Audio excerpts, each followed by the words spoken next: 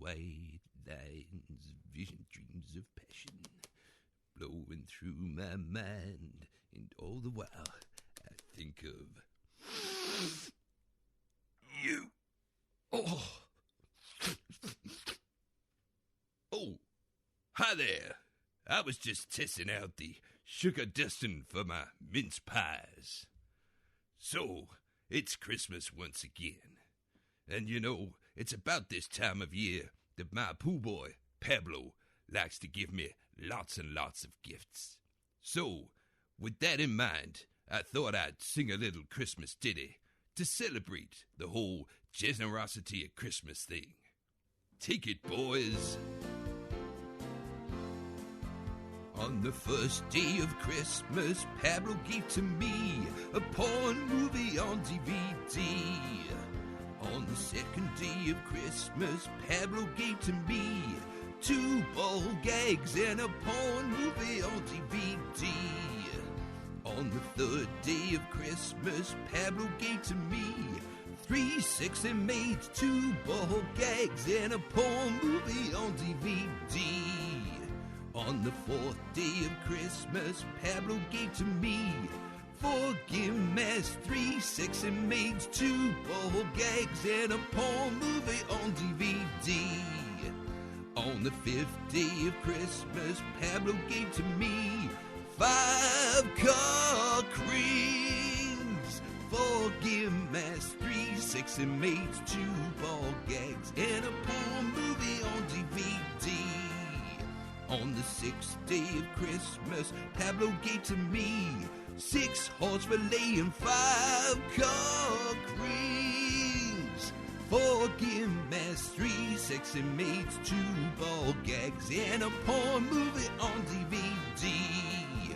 On the 7th day of Christmas, Pablo gave to me 7 pubs a pub and 6 horse fillet and 5 cock rings, 4 gift masks, 3 sexy maids, 2 ball gags, and a porn movie on DVD.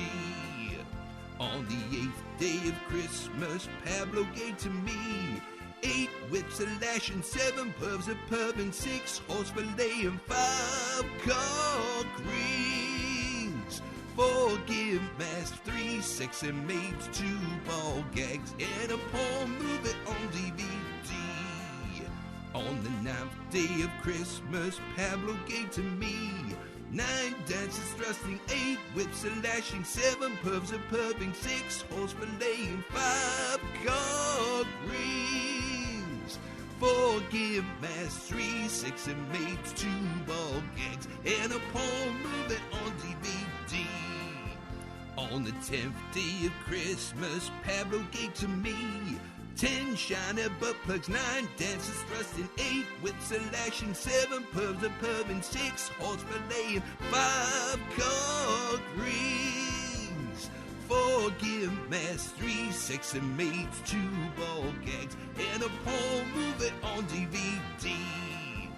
On the 11th day of Christmas, Pablo gave to me 11 readers' wives, 10 shiny butt plugs, 9 dancers thrusting, 8 whips a lashing, 7 pubs a pubbing, 6 horse fillet and 5 cock rings, 4 gift masks, 3 sexy maids, 2 ball gags, and a porn movie on DVD.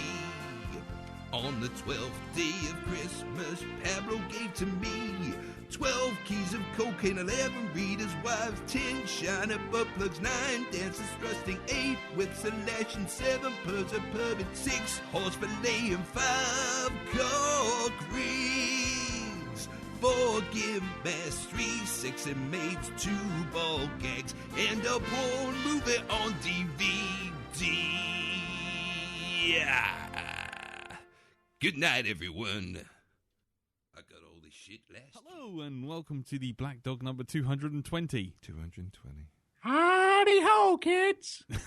You're trying anything you can to keep the cheerfulness up. Is it the same number as that room in fucking The Shining? No, that's...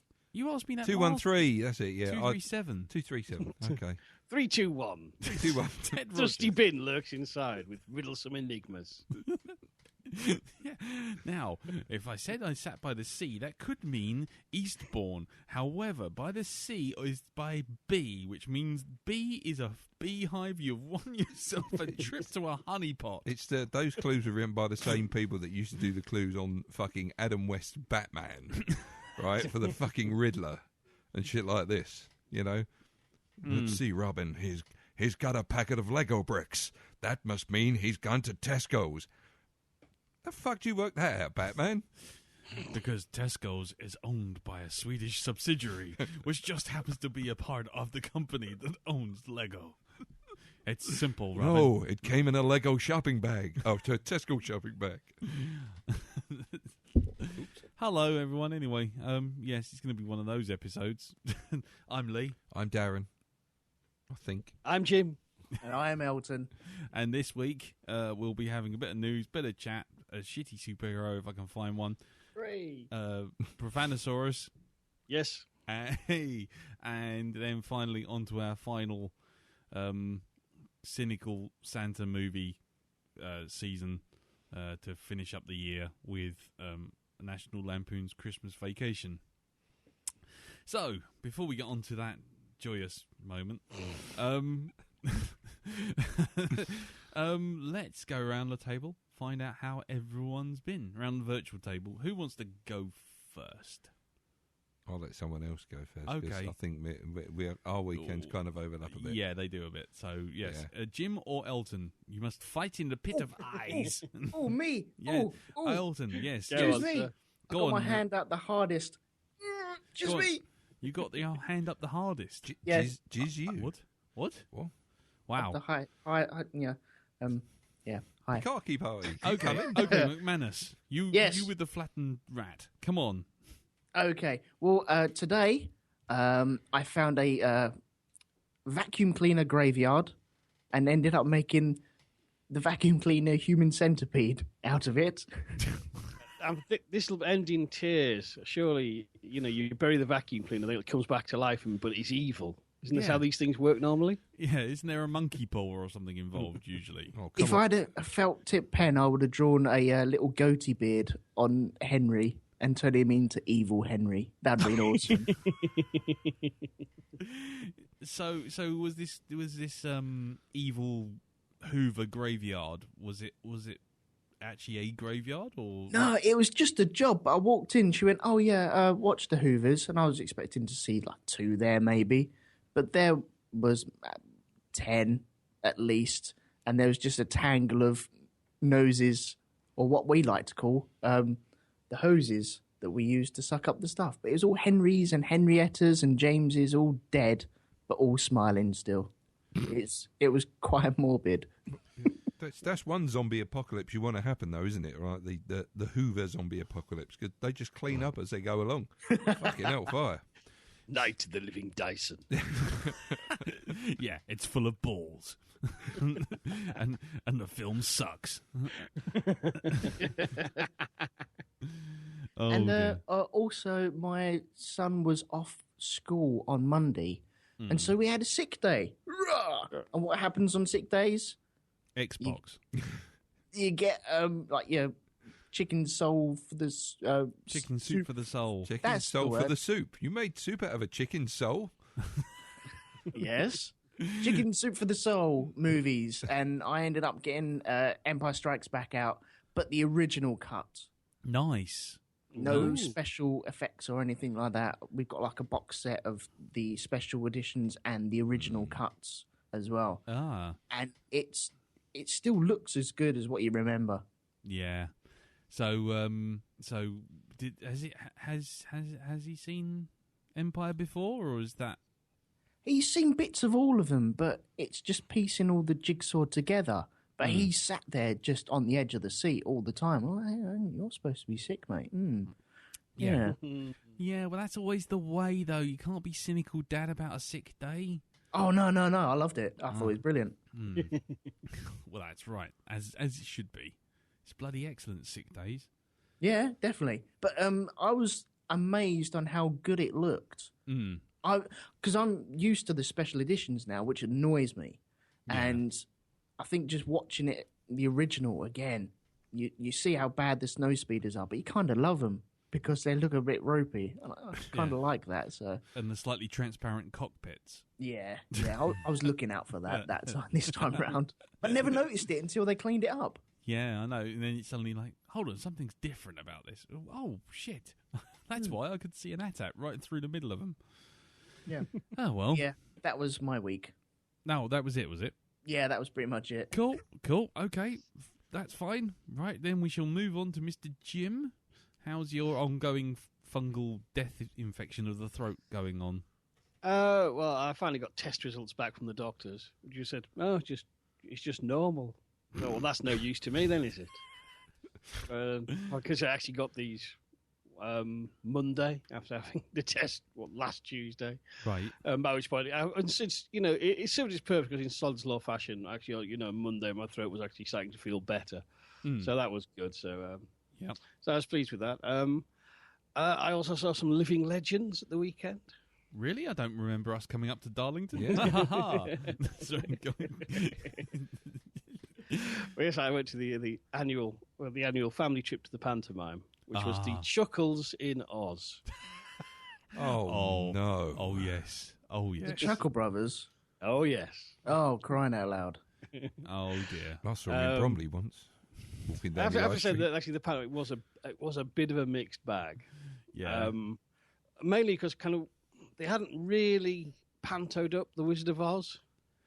They kind of had like a fairly sort of straight stage version of it going on. And then they'd cut to a scene with the Chuckle Brothers going, "Oh, how's Dorothy getting on?" And they do some proper good, honest panto nonsense. Right. Then you go back to the Wizard of Oz, which is a lot of actors speaking in cod American accents and shouting at each other and singing. And it's kind of, no, there's not enough, "Oh, no, you don't," and "Boo," and "He's behind you" going on here. Right. But so the Chuckle Brothers were the highlight. I mean, they're just, they're consummate professionals. They've been doing this stuff for years and, just have the audience eating out their hand. And they're both improvising like bastards and tripping up the rest of the cast. You just couldn't keep up with them. Nice.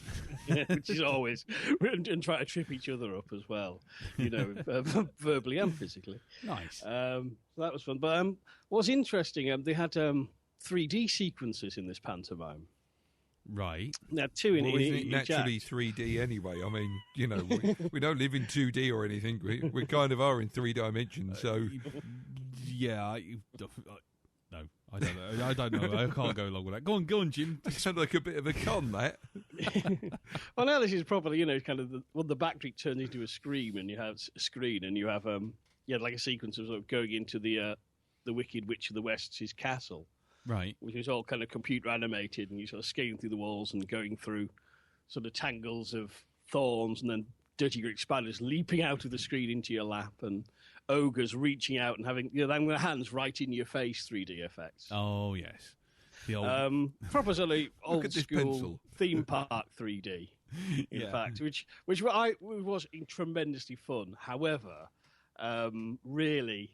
I had a lot of people muttering on the way out that we should have had a bloody warning for that, because those sequences were long and full of spiders, snakes, rats, everything things people are phobic about, full of them. Nice. And although they weren't very realistically rendered in CG, so they wouldn't be too scary. At the same time, when you're just having waves of big red spiders leaping out the screen into your lap, a lot of the parents with younger children were taking them out who were just howling in fear, traumatized.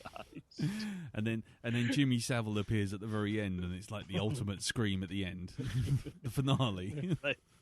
But it did give me pause to reflect on kind of what is wrong with cinema 3D. Yeah. What's wrong with cinema 3D is they don't fucking commit to it. Seriously, they don't.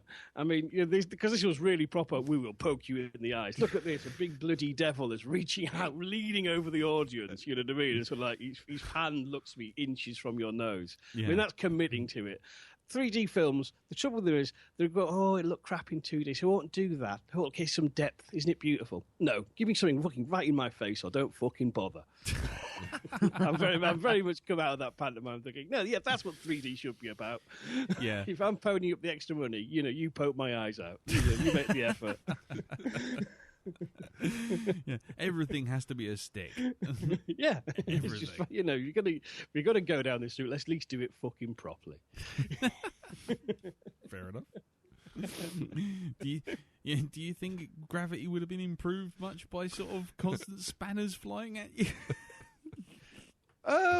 Probably, yeah. Yeah, okay, fair enough. That's a fair comment. Cool. So, is that it? Or anything else happened, Jim? Other than that, I've been fairly busy. I think we're getting better at putting together the last Heap and Bob's Christmas specials, which are in the can. Lovely. And, 2 have been released, and there are more to come, which I just have to edit now. Oh, lovely. So, other than that, I'm just, as my dad says, putting my stall out for Christmas now.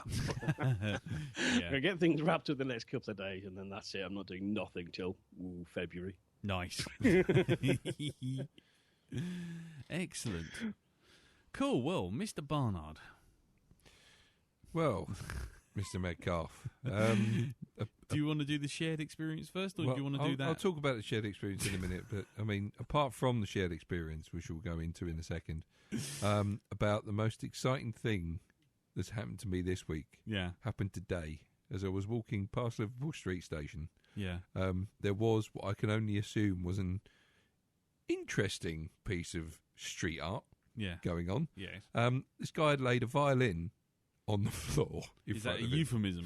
No, he'd laid a violin on the floor in front of him. Yeah. He had, I think it was bright orange dungarees on. Mm. He was an older bloke, and he kind of gelled his hair so it stood up spiking. And he just stood there pointing at random people going, "You slag!" And that was it. Right. What's that then? That That's Boris Johnson's next I think it must election be, yes. campaign kind of strategy. Violence. Oh, you beat me to it, you son of a bitch. Violence in the community. Maybe that's what it was. Maybe, suffice to say, he wasn't getting much money in the hat. No. I think somebody took a dump in his hat, but that's about it. Well, that was his act. Just saying. I don't know. I just walked through. I'm looking. I'm trying to speed through, trying to get somewhere else. You sure he just didn't drop his violin? What? And then just stood He there just swearing opened at people. up, and he was blaming other people. Is this what you think? He fucking. He was at some sort of Paul McKenna hypnosis thing, and it kind of went wrong. So that it's like down on his luck gangster had his Tommy gun stolen. Every time it kind of kicks him off. Every time he drops his violin, he goes into this kind of Tourette style swearing fit. Yeah, I just like the idea of what Jim just said. He's just got there. He's going to do a hit with a Tommy gun. Opened up his violin case and found fuck all there. It's actually a violin in the violin case. Oh, I've picked it fucking wrong. Wow, up again. Somewhere the concert pianist who's just going to give the performance of his life. Just shot the orchestra. Just blown away the conductor. Maybe it was some kind of street poetry. I don't know. He's not the part of the orchestra and turn off the lights, is he? And just ends up shooting everyone and Spider-Man. I really don't know. That's probably what. Yes, is it? He's advertising the Spider-Man turn off the light support. Yeah. Yes. What has happened to that? When's it coming out on video? No, it's finished now. Which is a real shame because I think that people's lives would be been enriched. By people's lives would be enriched by going to see this, experiencing this, because that's basically what it is. Yeah, just to see people die. Yeah, that and all. Yeah. It's like Cirque du Soleil, but without the professionalism. But in 2012 when I went, no one died.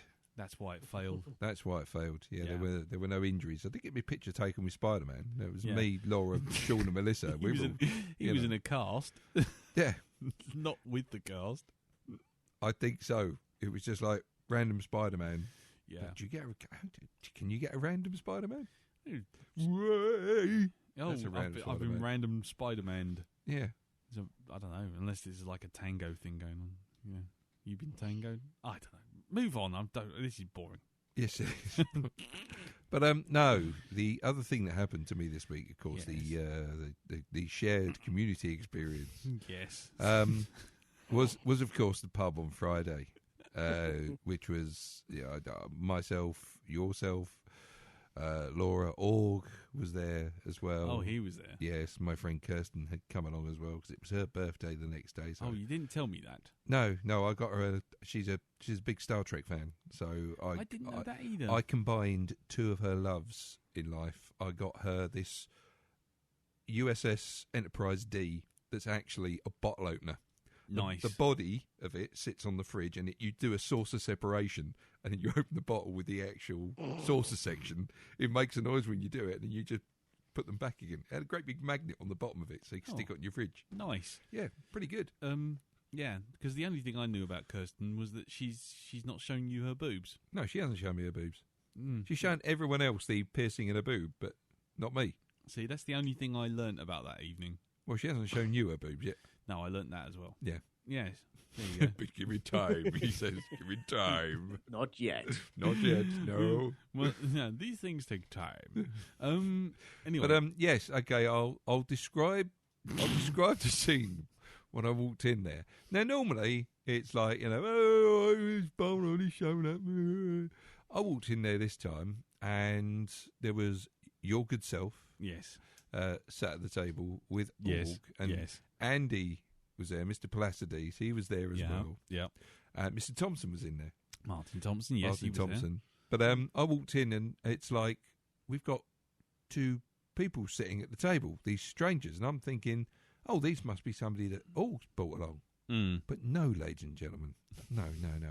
No, they weren't anything to do with Org. They were to do with Mr. Medcalf. They weren't anything to do with me. They were. You dealt it. You smelt it, mate. Can I just? Or you smelt it. You dealt it. Can I just take over and explain this bit? Not yet. Oh, I have to describe the individual. Now, the lady.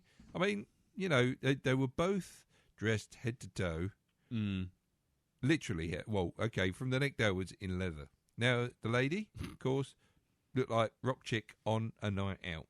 Okay? Yeah. But then her boyfriend stroke husband stroke slave. I'm looking. It's like, all right, fine. He's obviously a bit of an Elvin Stardust fan, and I'm looking at him and thinking, any minute now he's going to pull out the gloved hand with the big fucking sovereign ring on it, and which he did, and start talking about being your cuckoo. Although maybe he did ask you if you wanted to be his cuckoo. No. Okay, but I looked down and it was kind of like, when you see someone, it's like, oh, hello. Yeah. It's a bit like that it's a bit like when you're watching The Crying Game and it gets to that one scene in it and you're kind of like, oh, that's not cricket. That's changed everything I know. That's changed everything I know. I look down, this bloke's got these high-heeled boots on with spikes all over them. Yes. And I'm starting to get an impression that, oh, wait a minute, there's something not quite right about the sort of leather get-up. I'm starting to get an impression. I'm getting a word.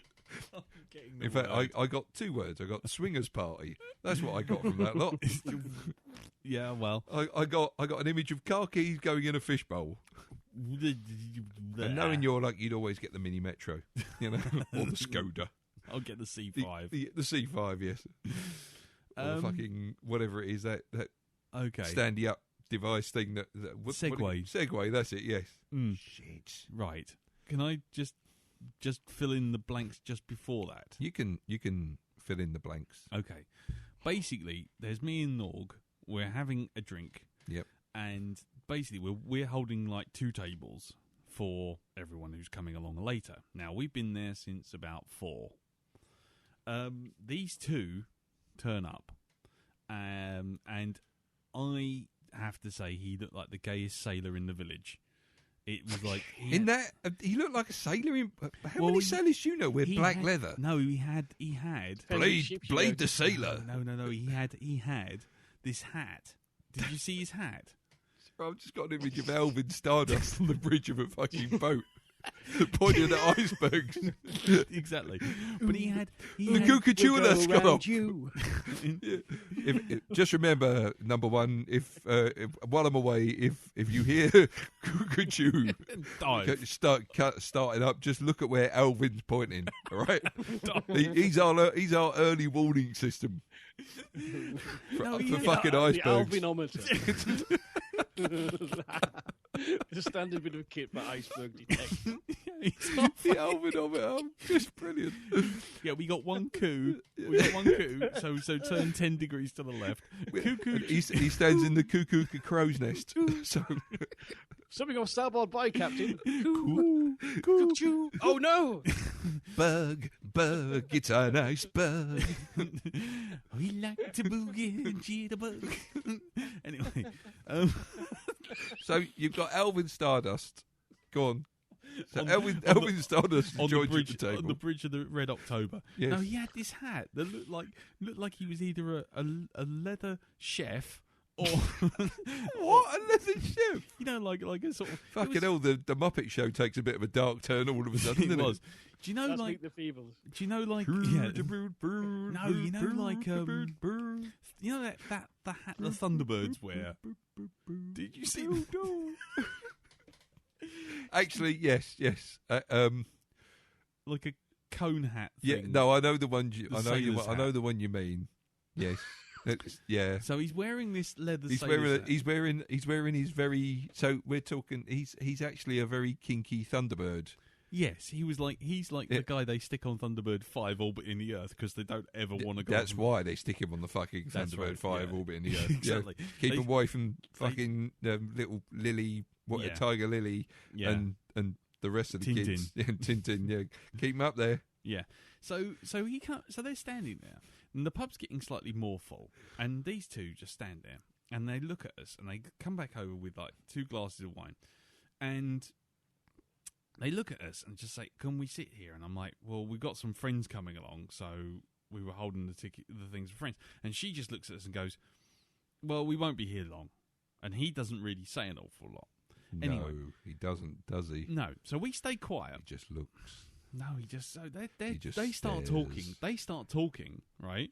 And as they start talking, me and Org start talking, and we get into talking something geeky. And then I said something funny that made Org laugh. But the thing was, he didn't just laugh. He went a proper full-on Brian Blessed. He actually went like this.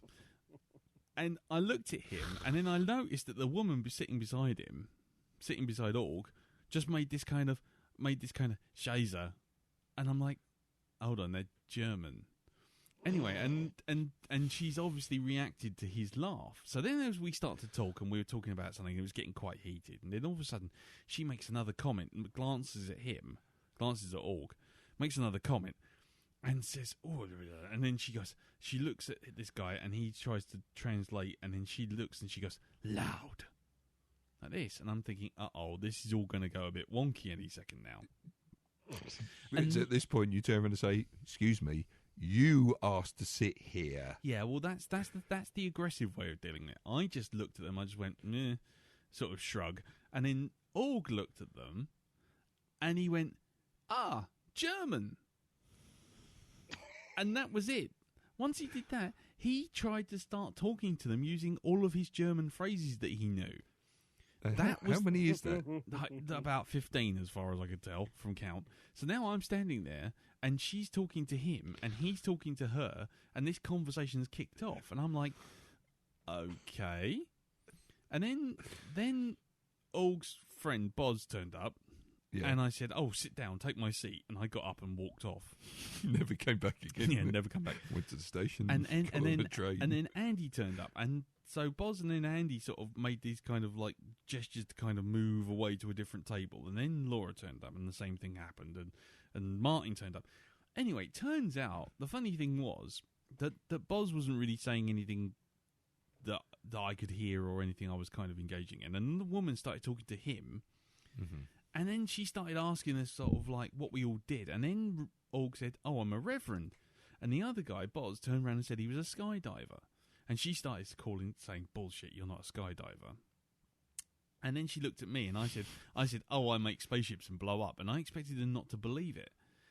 Then I sort of thought, well, I'll just go full balls out, and I just went, Star Wars lightsabers, I do them. I did the one on Star Wars. She went, brilliant, and it was like, oh fuck. So let me get this straight. When you said you blow up spaceships, she had no trouble believing you. But he comes over and says, I skydive. Yeah, she had a real problem Something with that. grounded in reality. Yeah, that was no problem. Look, I'll show you. And he comes up top of the pub. Look, see, I'm a... Yeah. I can see my house from... Ooh. And that's kind of where that's where it all kicked off from. And then what happened was they wanted to know the area. They wanted to know where to get taxis from and all this kind of stuff. And so we were helping them out. We were genuinely just trying to be nice.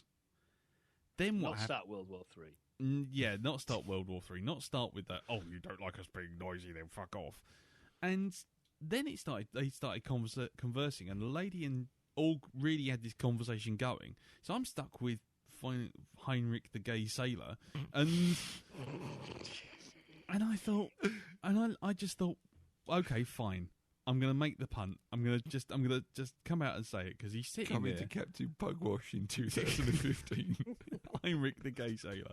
Anyway, and I just turned around and I said, so where are you going from here? And he goes and makes this sort of gesture over his shoulder, which is pointing towards Soho. So I've got nothing left to say. Everyone else is huddled, you included, now on a completely different table. We're watching.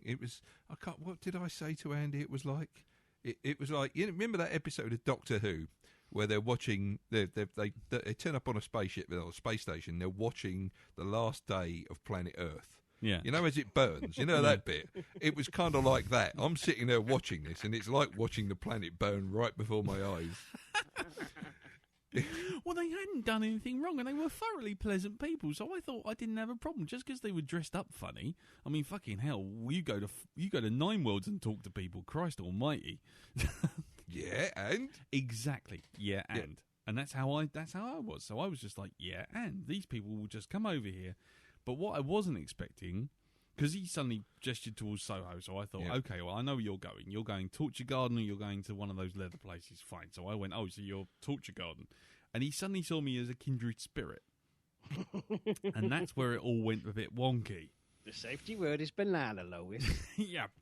I'm sorry, did I say Torture Garden? I meant home base. Yeah, yeah. I'm sorry. Bang and Q. You like to bang and screw.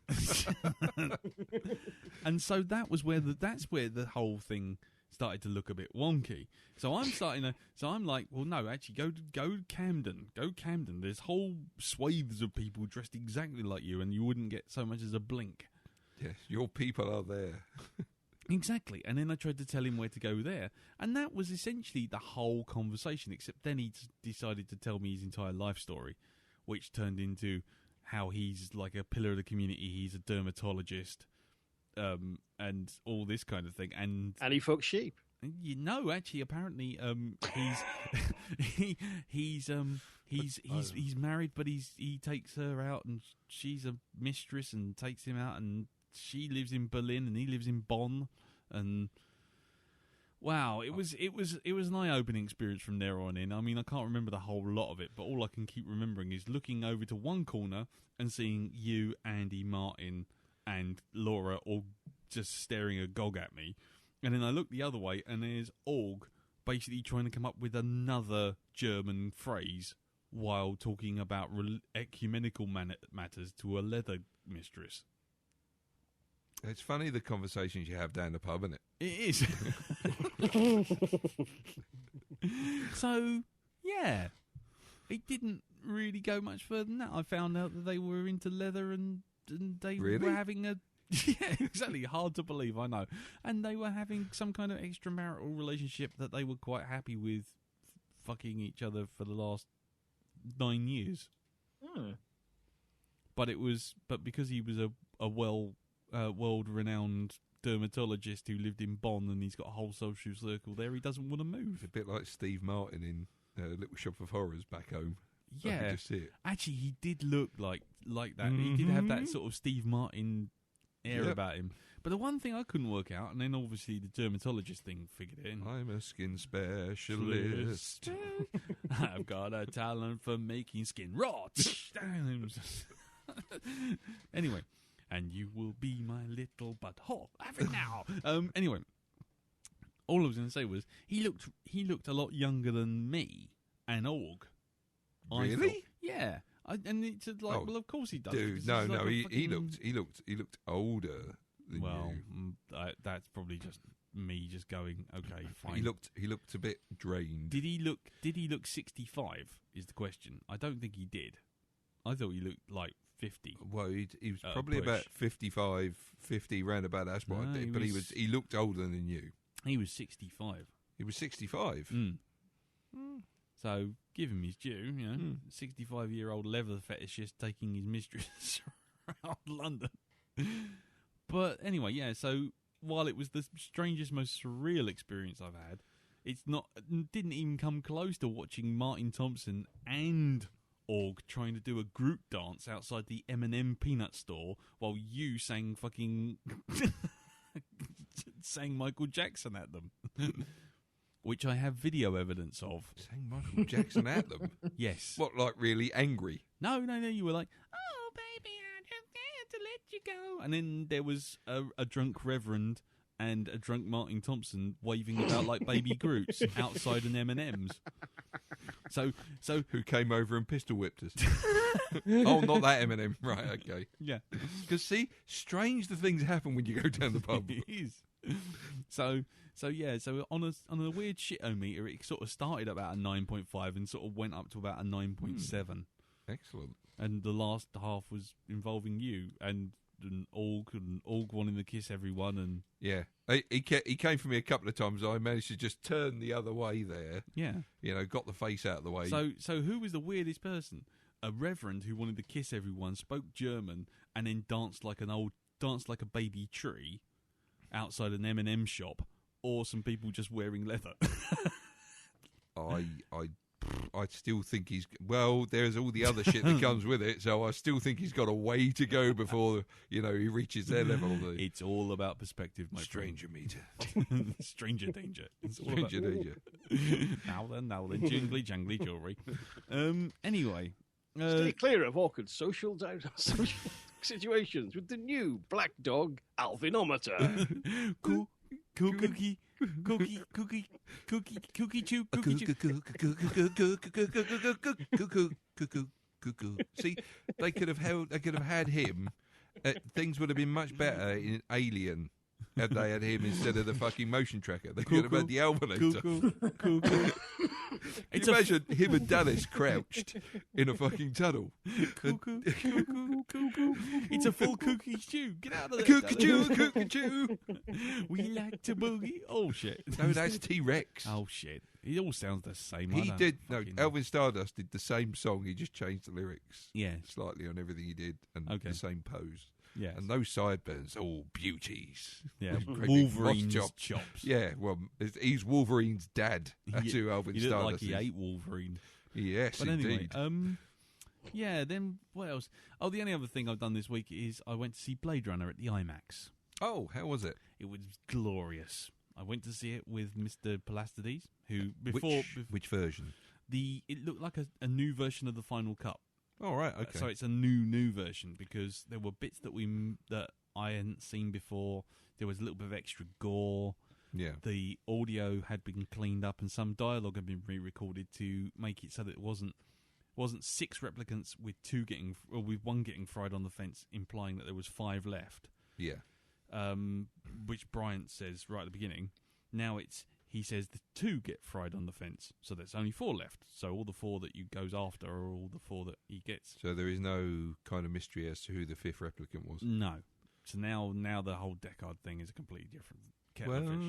But no, he does. There's a he whole does thing with the unicorn. Yeah. And that. But It's we'll like be covering it for the 30th-ish. watching it again.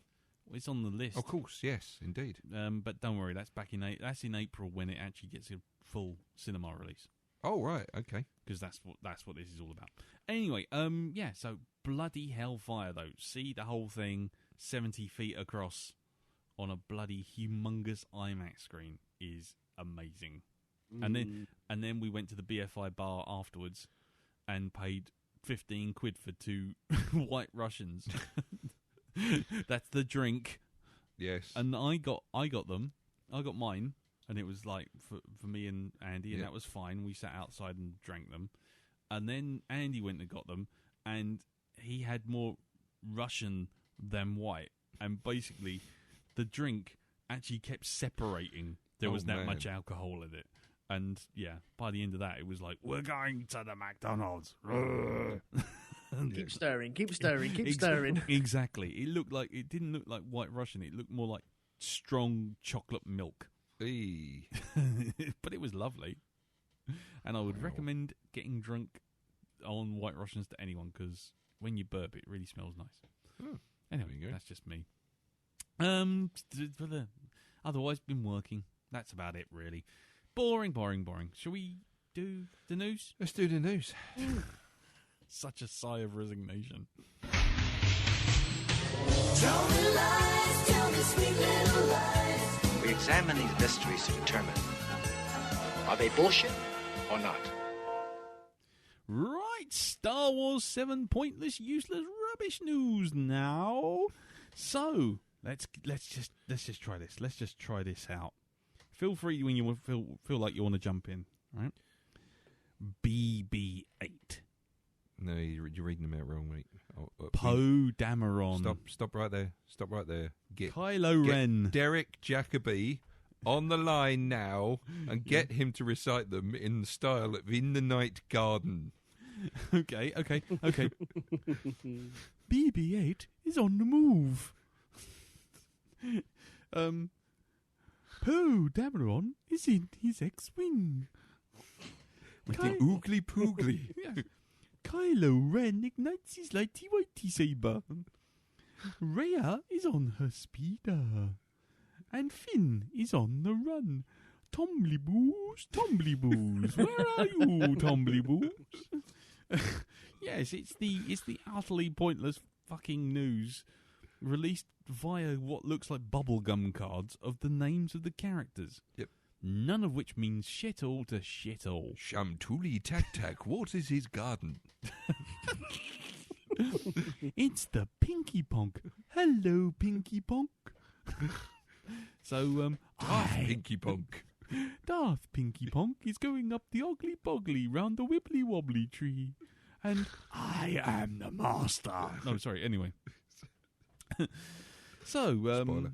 Yes. Anyone give a shit? Put your hands up if you give a shit. Do you know that? I can't help feeling they could have done better if they just got one of those find your Star Wars name memes off the internet. If your name starts with an M, put the words "I don't fucking care." Yes, you've got 75% Star Wars bollocks name. Says BuzzFeed. Yes. So anyway, yeah. Cock propeller hat knackers. Polo Wang Flanger. Jibbity love job. Yeah. Bobalicious Solo. Jar-Ev floor sweeper. Flange like a monk face. Scrangeful dick sock. Nicky-nack-a-noo-noo. Cuckoo Stardust. Yeah. Hey, gay sailor.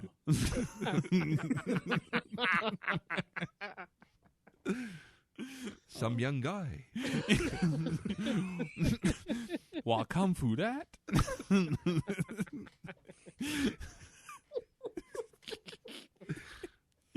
Fuck my old boots. Grandboff, all your base are belong to us. A stan. Polo knobshack. Chuff Mangler Wumblum.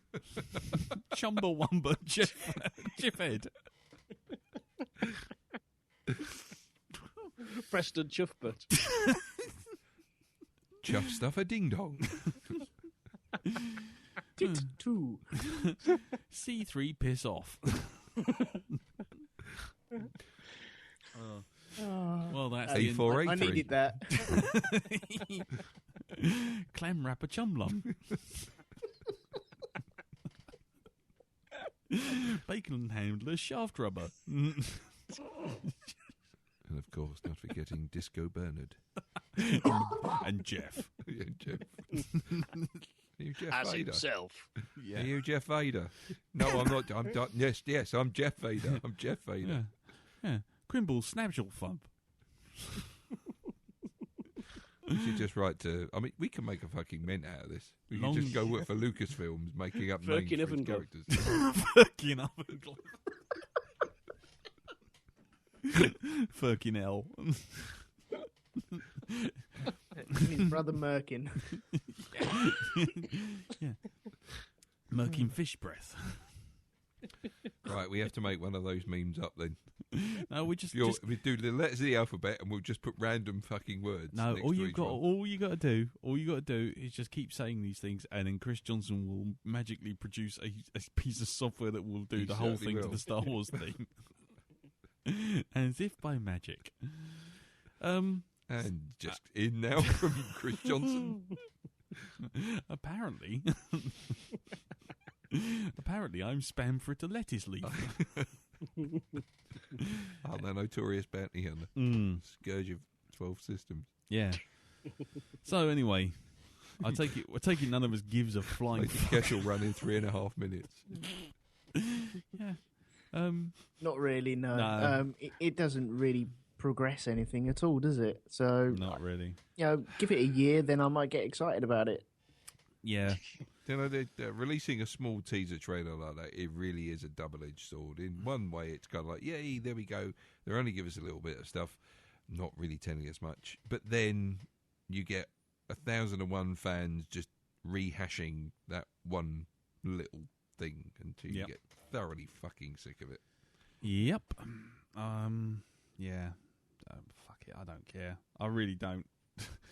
It didn't take long for me to go from hey look Star Wars trailer to whatever.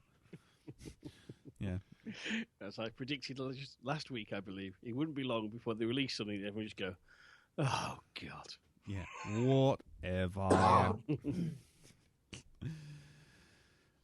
Well, anyway, what other news do we have? Yeah, James Bond producers are struggling with Twiglet's product placement. Jonathan Frakes throws his hat into the ring to direct Star Trek 3. Everyone else picks it up and throws it out again. Yes, that's actually genuine news. Well, yes, surprisingly. Well, I mean, honestly, people go, "Oh, yes, that's a good idea." Oh, of course. I mean, I remember the box office smash of what is it, Overclockers, Yes. and the 5 sequels, and the TV series, and all the Kenner toys, and the video games, and everything. Yes, and Yes. it won all the Oscars as well. Oh, fuck off! Get a grip. You'll never get it. Clock Stoppers, man, that's genius. It's the best film ever. Guess what I'm defending on Witless next week? Oh. No, I'm joking. I would never defend that. Yeah. Oh man, they even had it. For Star Trek 3 they had Edgar Wright in the list, and Duncan Jones. And both of them said, "I'm sorry, we're busy." making real films. This is news to with the subtext of "This is news to us." Yeah. Exactly. Now it's now I can't. I think it's. I believe Benedict Cumberbatch is up for direct, isn't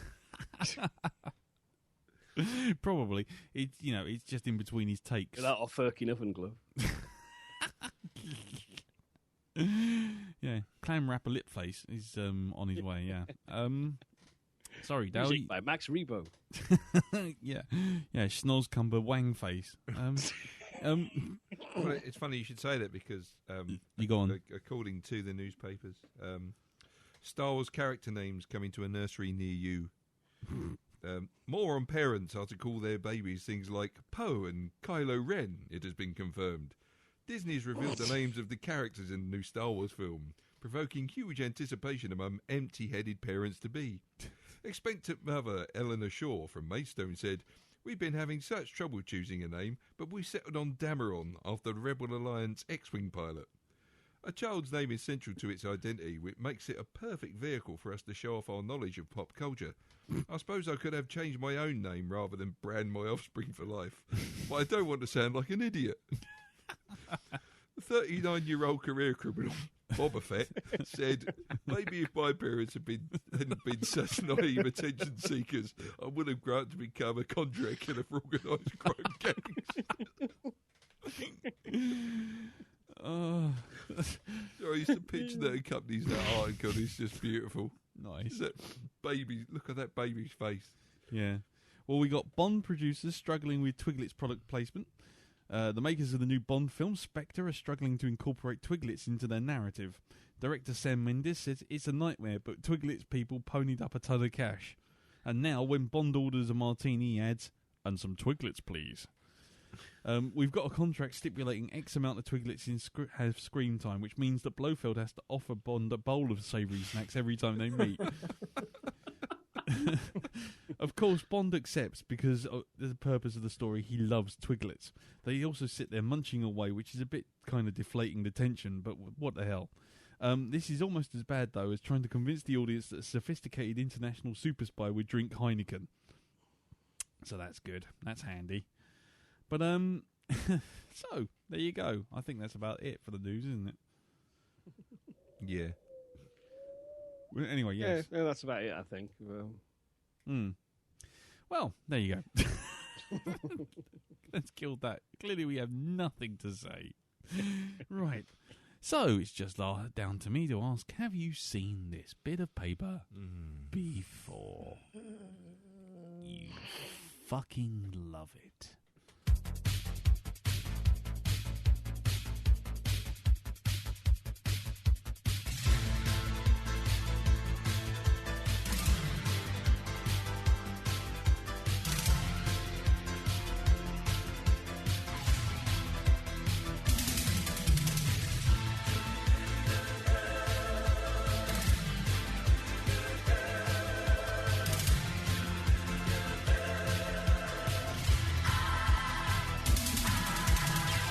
Where have all the heroes gone? We're left with all the knobs. I just want one Superman and not this bunch of slobs.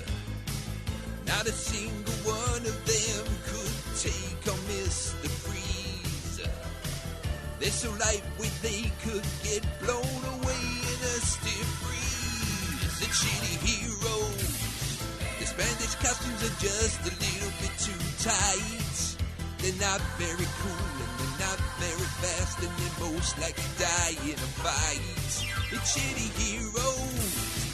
Just one look at these dudes and you know they ain't right. Marvel DC doesn't mean much to me because they are a total shite. Hulk smash!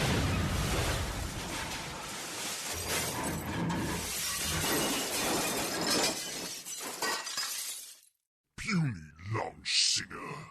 Right, this week's shitty superhero, and the last one for the year before we break up.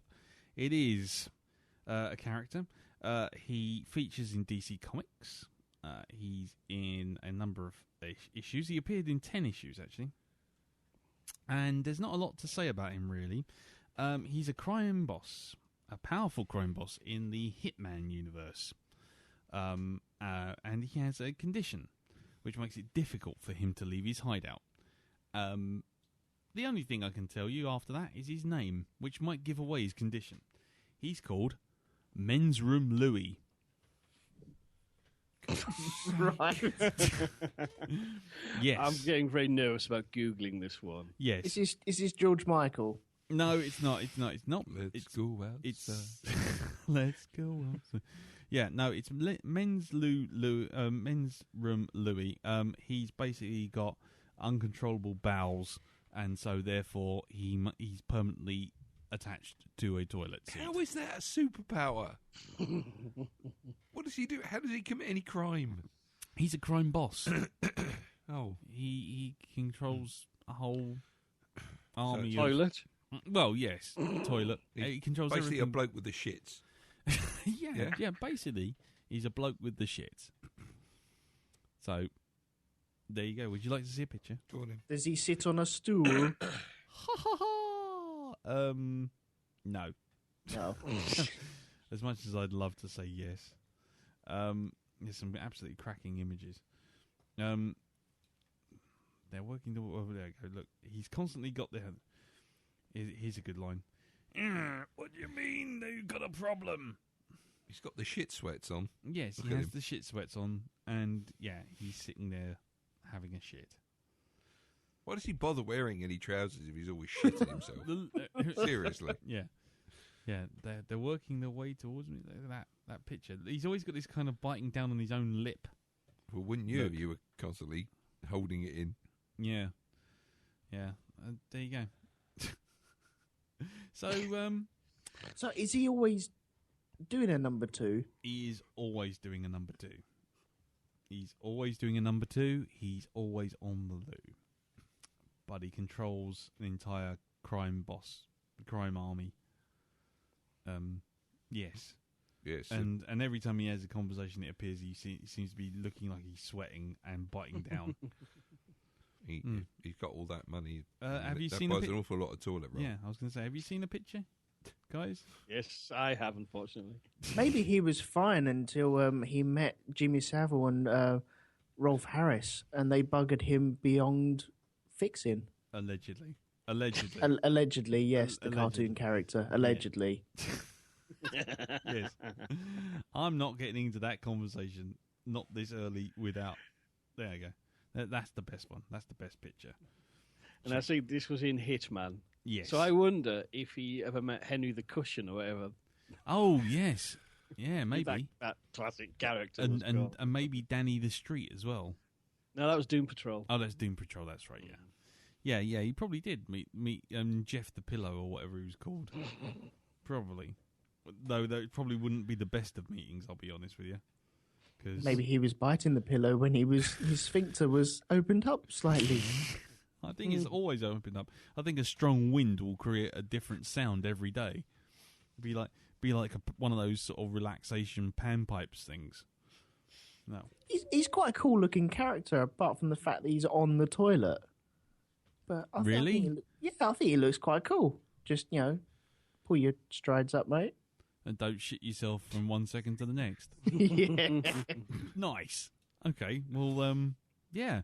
So if if anyone has any new shitty superheroes they'd like to pass across to us, shitty in the real sense of the word in this case, then do send them over. Oh, blimey, don't do that. Then do send them in to blackdog@geekplanetonline.com or send them to me via direct message over Facebook or put them on the Facebook group. But if you do, just know that when it disappears, that's because I've seen it and I'm going to be using it pretty soon and I don't want Darren to check it out. Or write them on a bag of shit and leave on the front doorstep. And throw them at me, yeah. Right. Okay, well, Mr. Moon, are we ready for another reading from your fine profanosauri? Lovely. Oh, don't hit that button. That's supposed to hit bloody stop, you silly fuck.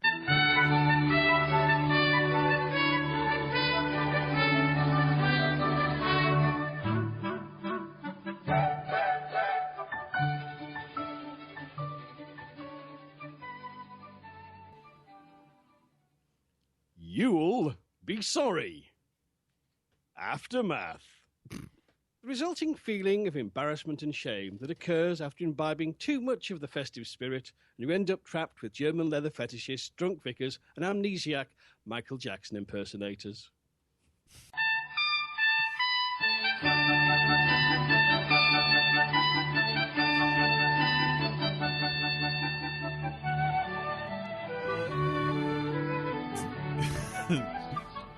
And people say you just make that up on the fly, Jim. I say They nay. do, they do.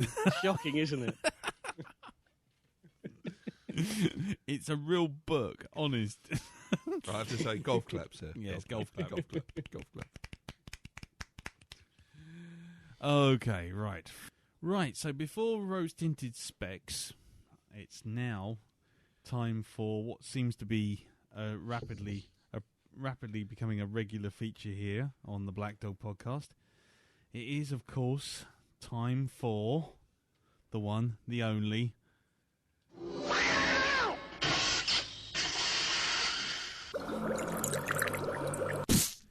Darren's Craft Corner. So, Darren, this week, what are you doing for us? Well, I'm glad you asked me that, Lee. This week I shall be going into the realms of science fiction. Science fiction, you say? Science fiction, I say. I do say. And I shall be making a prop from the film Predator. Wow. So what would that be? The invisibility cloak? No, because that would involve no stickle bricks at all. You got to think about that one now. No, that was the plan. I can't do the shimmery effect with stickle bricks. I can do a lot of stuff with stickle bricks. A shimmery haze, heat haze type thing, no. Okay, right, fine. Well, put me out of my misery.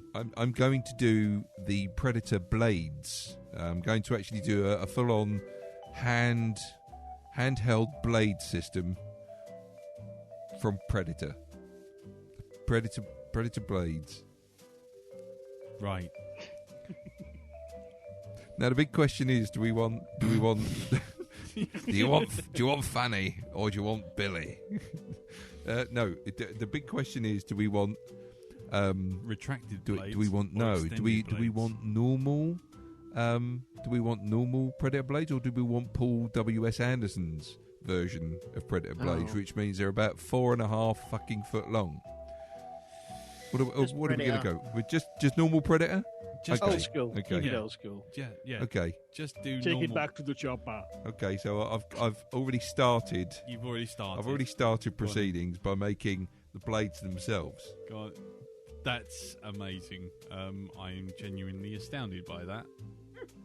Actually, no, I'm not. No? It does look like someone with their fingers made out of spinach have decided to do two fingers to me. There was that as well. Wow, I'm astounded. You're in awe. I can tell you're in awe. Yeah. Is it possible that my kids could make better blades out of the fish fingers I had today? Never. Yes. And I say thrice, never. I say yes. Genuinely, it makes. I don't know. Fucking. It's going to be lovely. Just wait and see. Okay, and in the meantime, shall we do rose tinted specs for this week's last film?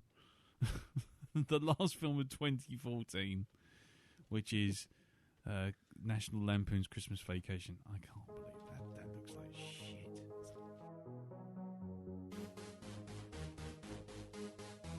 Rose tinted specs. Rose tinted specs. Rose tinted specs. Rose tinted specs. Rose tinted specs. You're gonna watch a film you like when you were young.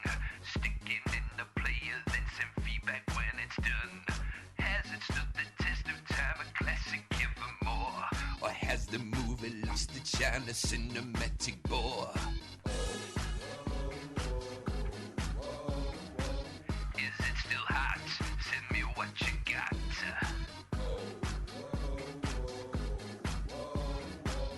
Is it still hot? Send me what you got. We'll read out your thoughts on this week's rose tinted specs. We'll read out your thoughts on this week's rose tinted specs. Rose tinted specs. Rose tinted specs. Rose tinted specs. Rose tinted specs. Oh my God! Call an ambulance. Right, so yes, Christmas Vacation, National Lampoons Christmas Vacation, released in 1989, was written by John Hughes, starring Chevy Chase, Beverly D'Angelo, Randy Quaid, Juliette Lewis, and Johnny Galecki, otherwise known as the Specky one from Big Bang Theory. It was also directed by someone called Jeremiah Cheklik, who, It's a pseudonym, I'm fairly sure. yeah, I was going to say he's all but an Alan Smithy. Oh no! Apparently, born in Montreal, he did another thing called The Right Kind of Wrong, which obviously, went down well. Anyway, it was the budget was $25 million.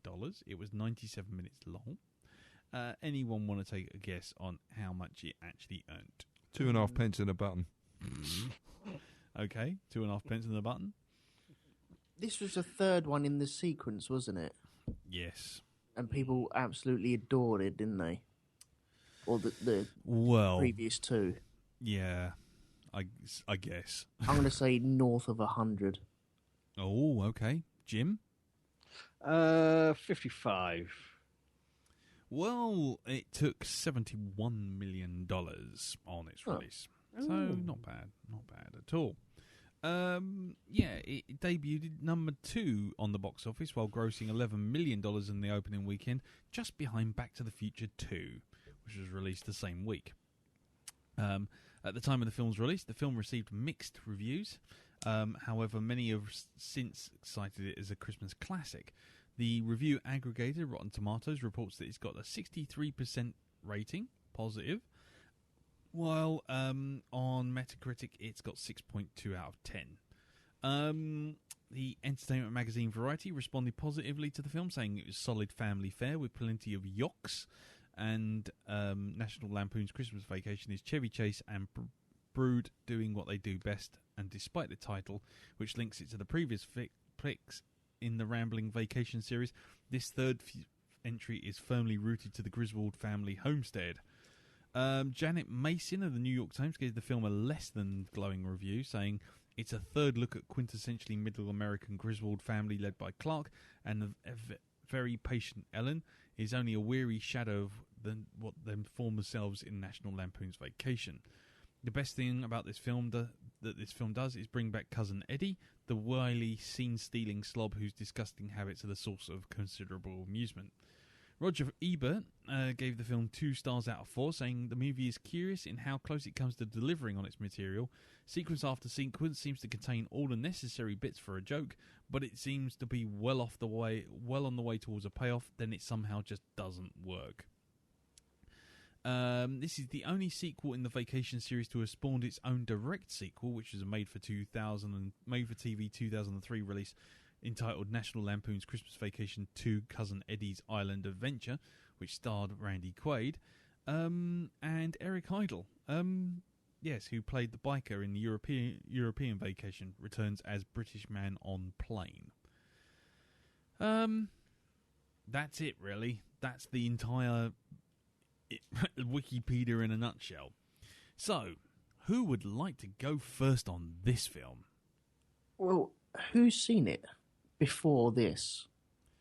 I have seen it once before this when it was on VHS. Okay.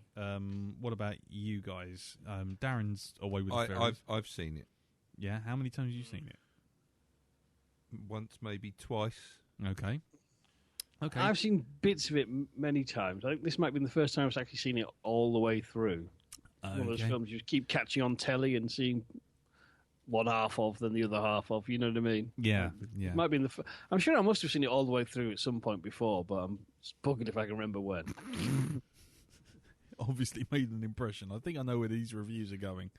But anyway, okay, I'll tell you what. I'm just going to arbitrarily pick Elton. Okay. You go first. Right, it was shit. Thank you very much. Good night, everyone. Have a Merry Christmas. I know people find this. It goes into their classic movies, doesn't it, for Christmas? Yeah. But like one of the reviewers that you said, it just misses the beats. There are some amusing bits, and there's no boobs like the other previous two, which is a good thing because it's cold.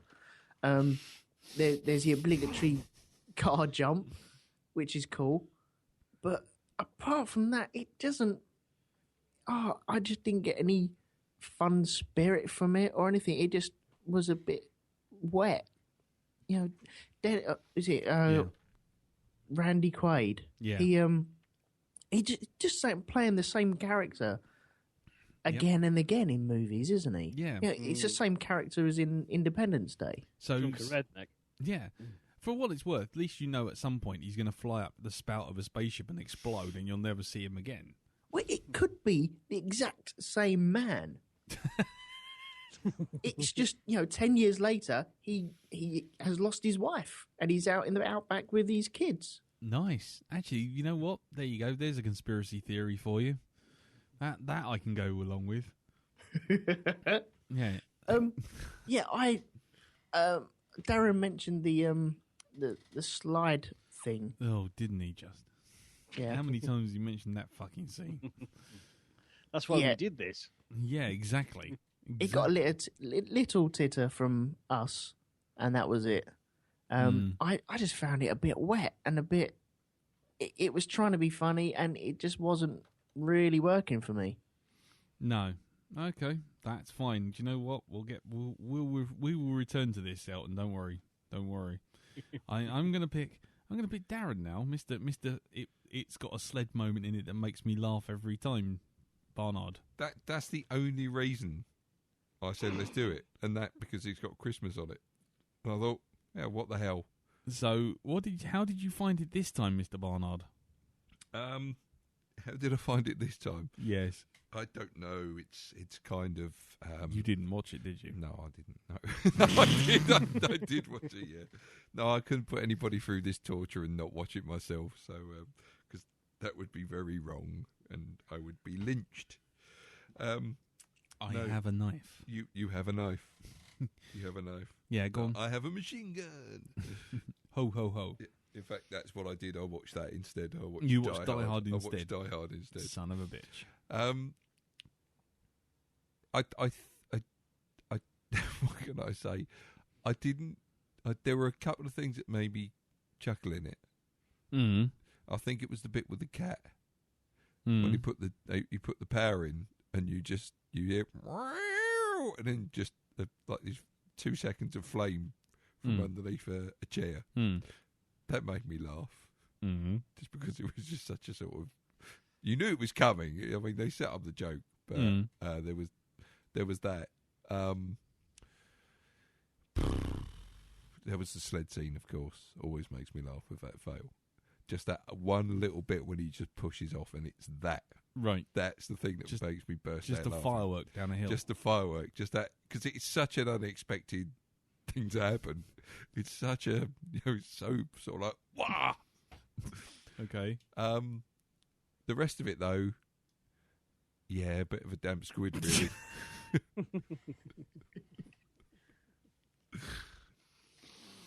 Can I go back to Mr. Briggs now? I'm having a lot more laughs out of these, actually. I should cut your arms off at the wrists. I really should. Jim? Well, to try and be vaguely positive about it, I have to admit I enjoyed this more than I was expecting. As historically, I'm not a huge fan of any of the vacation films. I always find, although Chevy Chase is very good at the old slapstick and comedy infuriation and frustration, I always think, for me, Chevy Chase is at his best when he's wisecracking. So, like, for me, Fletch, that's Chevy Chase on top form. Yeah. Now, the last sort of Chevy Chase film kind of of this vintage that I saw was a remarkably unfunny experience called Funny Farm. Oh, is that with Goldie Hawn? I think so. It's fucking awful. It's fucking awful. Really bad. And so I was really thinking, oh, no. And this was better than that. That's not I mean, in fact, there's some bits I think are really funny. When he's asking about in the attic. The squirrel. The squirrel? The squirrel in the tree. The cat.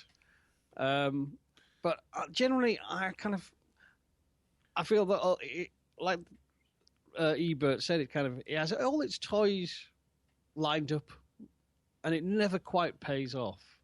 And it's I know it's a John Hughes script, and I can't help feeling if he directed it, it would have worked better.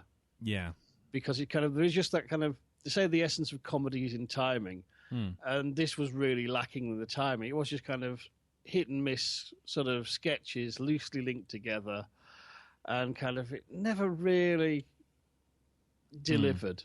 No, and it was all hung together properly as a movie. Though it had all the elements were there, but it just didn't quite work out. I mean, it's one of those. It's kind of.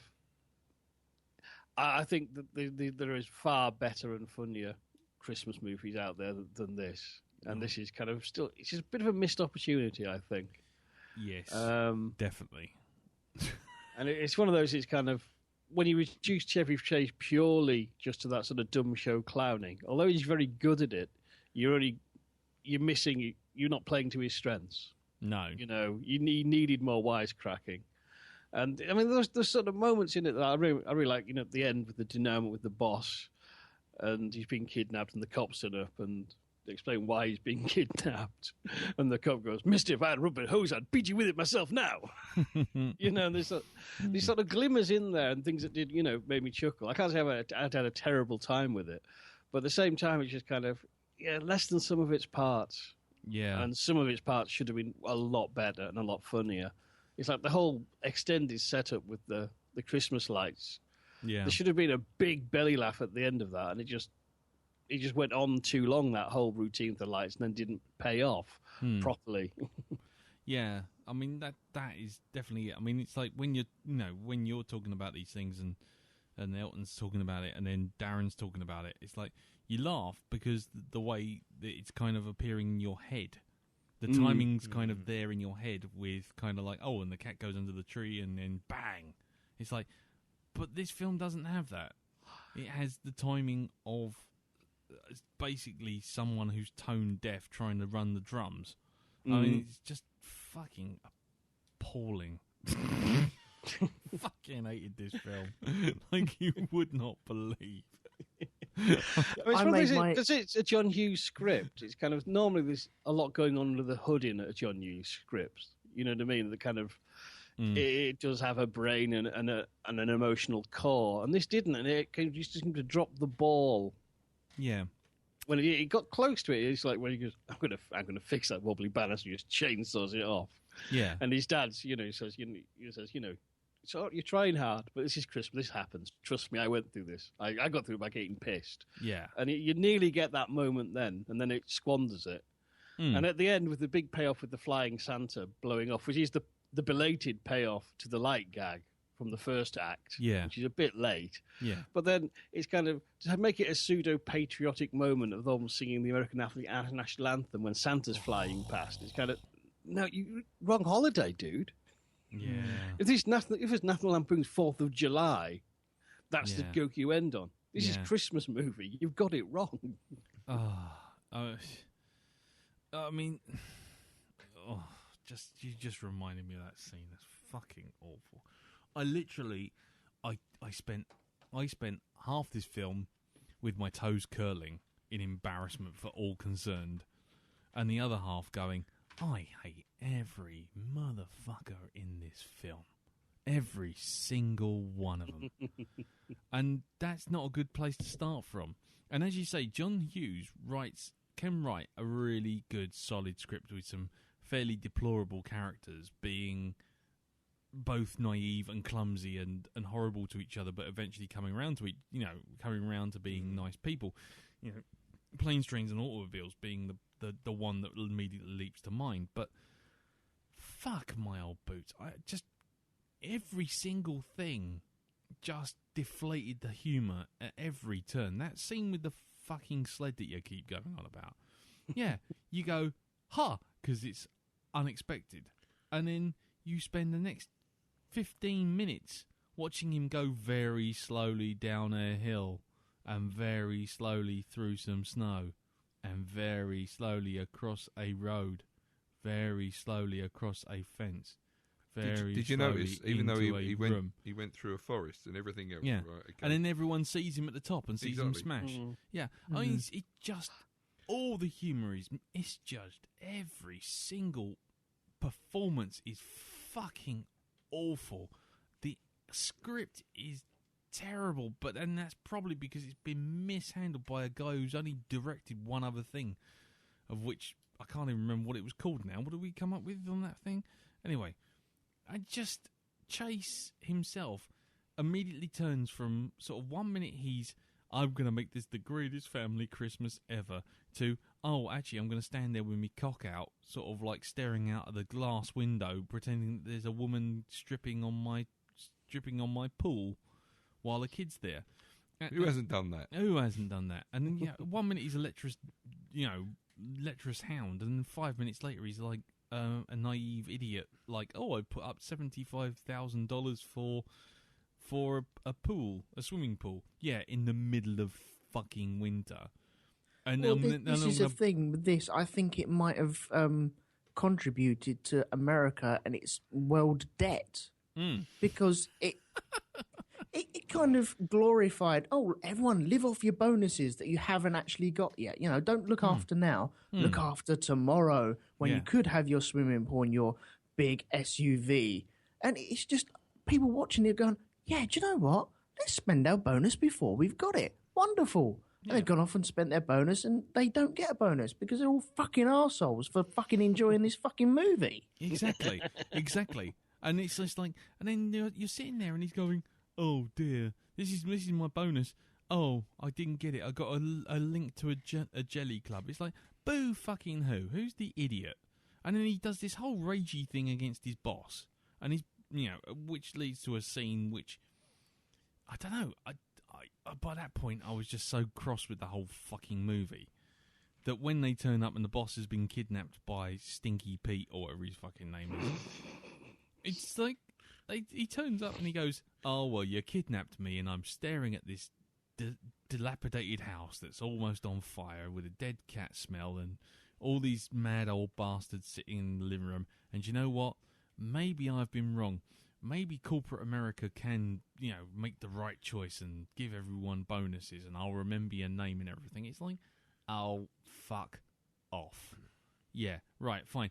And you know what I was expecting? I was expecting him to go away, be rescued by the police. Everyone sings Old Lang Syne, whatever. Then, next day, he comes into work and says, fire Clark Griswold. End of story. The end. Done. Can't just blackmailed me out of, giving everyone in the entire company a bonus. Oh, that's only, I don't know, 80 million quid. Fine, that doesn't matter. The company's gone out of business. It's like, the whole film, every single gag wasn't so much signposted as someone actually stood there, stopped the film, looked at you and said, make a note of that bit because that bit's fucking important. What bit? Oh, the bit where we say 5 times in a row, don't light a match outside because I really feel sorry for anyone standing near a storm drain and there'll be an explosion. And then we do an explosion. But that doesn't get the laugh, so what we'll do is we'll go outside and have the same explosion again. Yeah. All the jokes were signposted, like you say, but it's as if all the jokes were written by 2 people and they both found themselves like the most hilarious people in the world ever. Yeah. Well, in and truth, that's they only a had bad half a thing. brain and half a personality each. Yeah. Nowadays, like sitcoms and stuff like that, they're written by, 20-odd people sitting in the room, knocking jokes around, and if they don't kind of work, then they drop them. Yeah, and if timing doesn't work on a joke, fucking go back and re-edit it. The reason we laughed at the cat, the reason we laughed at the things going downhill is they're unexpected. But then what happens is, right, fine, done, move on. Don't come back to another 5 minutes of mugging going, oh yes, this place smells of burning cat. Oh, let's have a look at the cat. Oh, look, there's a burning hole of a cat. What happened to the cat? It's like, oh, for Christ's sake, move on. The gag's been done. And it's But like, they did that at the start, even with the stapler when he was putting all the lights on and he stapled his shirt, and you can see clearly, you got to have flippers for hands to staple like that the way that he was doing it. well, And he's just like stapling along, and you think, okay, right, I can see that he stapled that, but I'm supposed to find this funny. Oh, look, he's fumbling around, and he's going to notice in a minute. Hang on. Yeah, he's still fumbling. Still fumbling. Oh, there it is. And Yeah. it's kind of, it's all lost. yeah. The one gag that works the best, the one that actually made me laugh out of 97 minutes, this is, one gag made me laugh, and that was when he does the thing sitting in the loft, as Jim says, and he's sitting in the loft and he's playing all the the home video things, and he's getting all teary. And his wife comes along and opens up the loft floor, or opens up the loft door, and he's sitting on it, and he just disappears. And you know why it works? Because it happens, and then they never reference it again. It just happens. It's like a Looney Tunes gag. You get in, you get out, you drop the humour, you're out. Move on to the next one. But the whole thing with him wandering around the house with a chainsaw, oh, for goodness sake. It's like, no. Chevy pretending to be Jason Voorhees crossed with Leatherface just isn't funny. It's just him standing there making funny eyes. It's like fucking the worst kind of panto. And the poor bastards who lived next door to him, who seemed to have, the only crime they seemed to have was not liking the fact that he seems to be destroying their house every time. It's like, what, we're supposed to hate these people? I mean, okay, they have an obnoxious lifestyle, but it's not sort of punishable by death. And you know what? Clark manages to destroy their windows, blind them. One guy falls down the stairs. She gets molested and attacked by a squirrel and a dog. And you know, any one of these things could have been fine if you had some reason to hate them. But it just seems like the only thing that happens is they turn up at the beginning and go, ugh, look what he's doing now. And that's the end of it.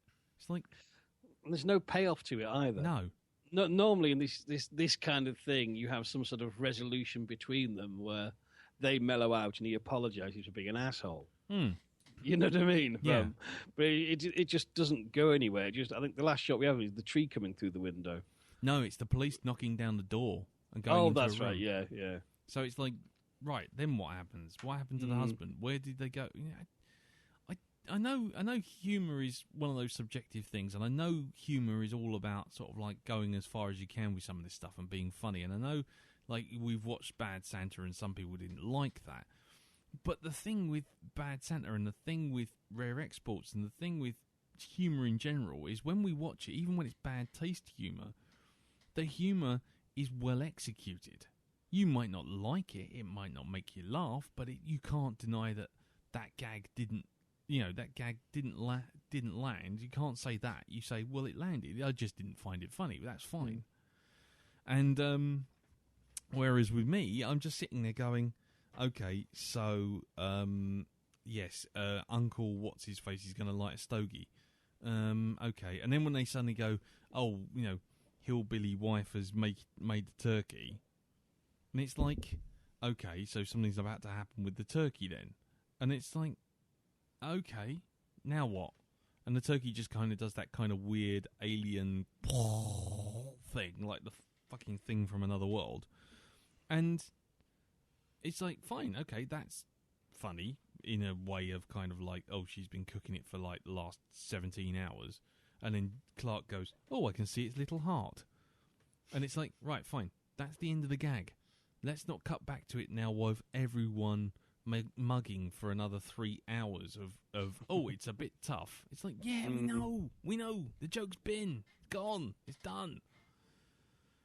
It's fucking awful, and everyone in it is awful. I don't get the love for Chevy Chase. I mean, I think the only thing I've seen him in which consistently made me laugh is Community.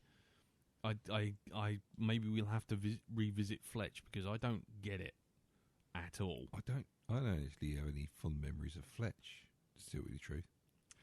Don't you start. You are in the naughty corner for this Why? one, young man. Santa is not coming for you. He will if I smile sweetly at him. Trust me. if I stroke the inside of his thigh. If I give him the correct lotion. It puts... Oh, God. Well, this film seems to just try and bank in on the Christmas season, though, doesn't it? I know most films do that, but there's so many funnier movies that were coming out around about this sort of period, within the next 2 or 3 years. Yeah. That just knock socks off of it. Yeah, well, that's the thing, and I think it's very telling that even though it made a profit, no one made any more. Except for a direct-to-TV one, which came out almost 10 years later. With no Chevy Chase in it. Yeah,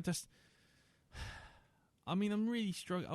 I was struggling to like it after the fucking animated intro, which was about as funny as a case of piles.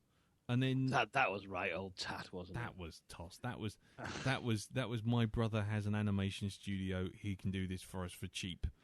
And then I was initially impressed. Oh, animated titles. And then you got no idea what to do with them.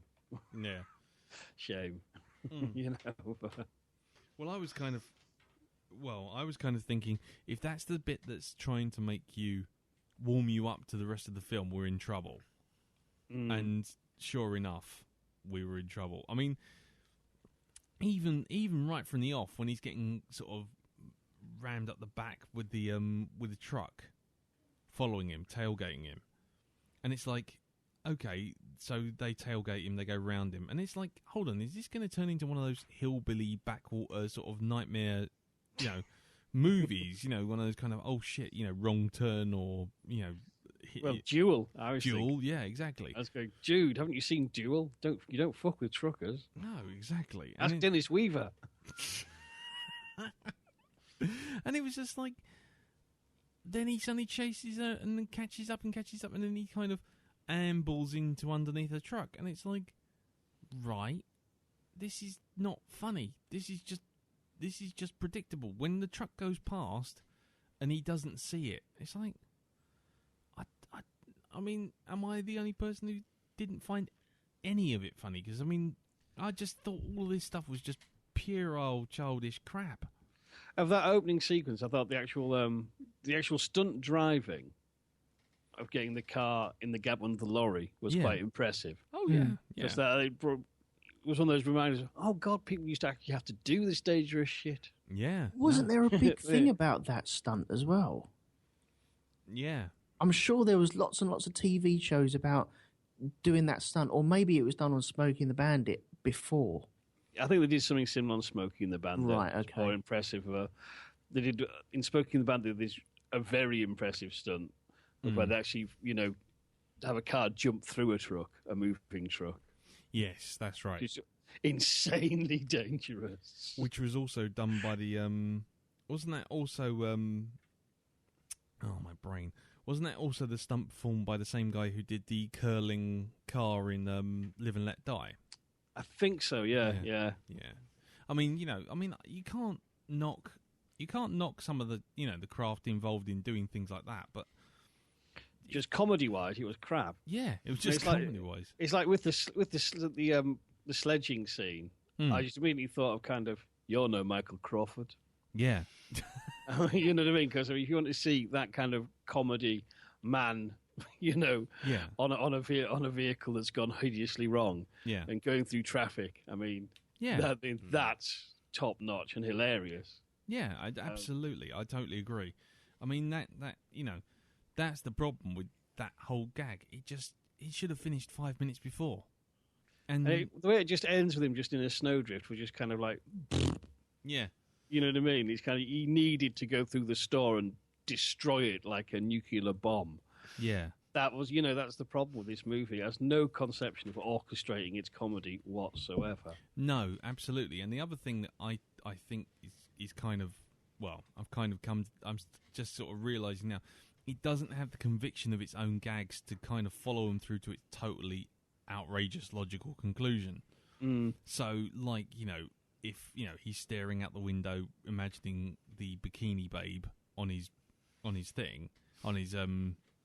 swimming pool, and then all of a sudden, the little girl comes in and says, "Are you Santa?" He should turn around and he should have a boner, or he should at least knock something over. Yeah,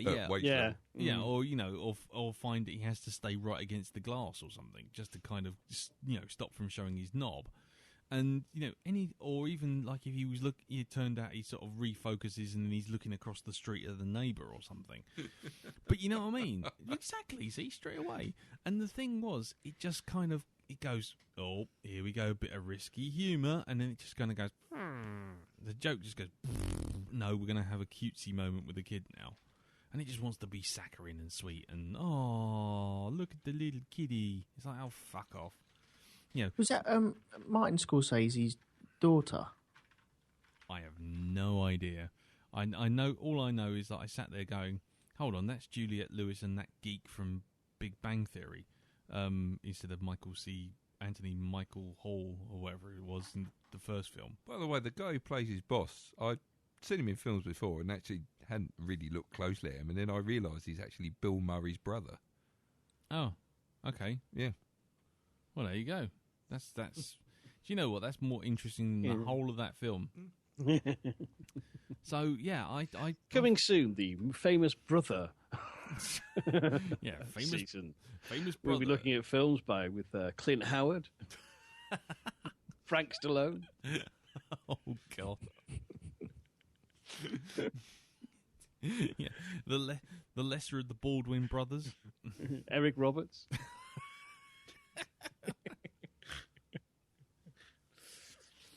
Oh God. Yeah, and Jeff Ford. Anyway, I mean, for me, I just fucking hated this film from start to finish. I thought it was tedious. I thought it was unfunny. I thought it was not interesting in the slightest, and every piece of its humour, which threatened to go one way, just decided to take either the easy route or the schmaltzy route.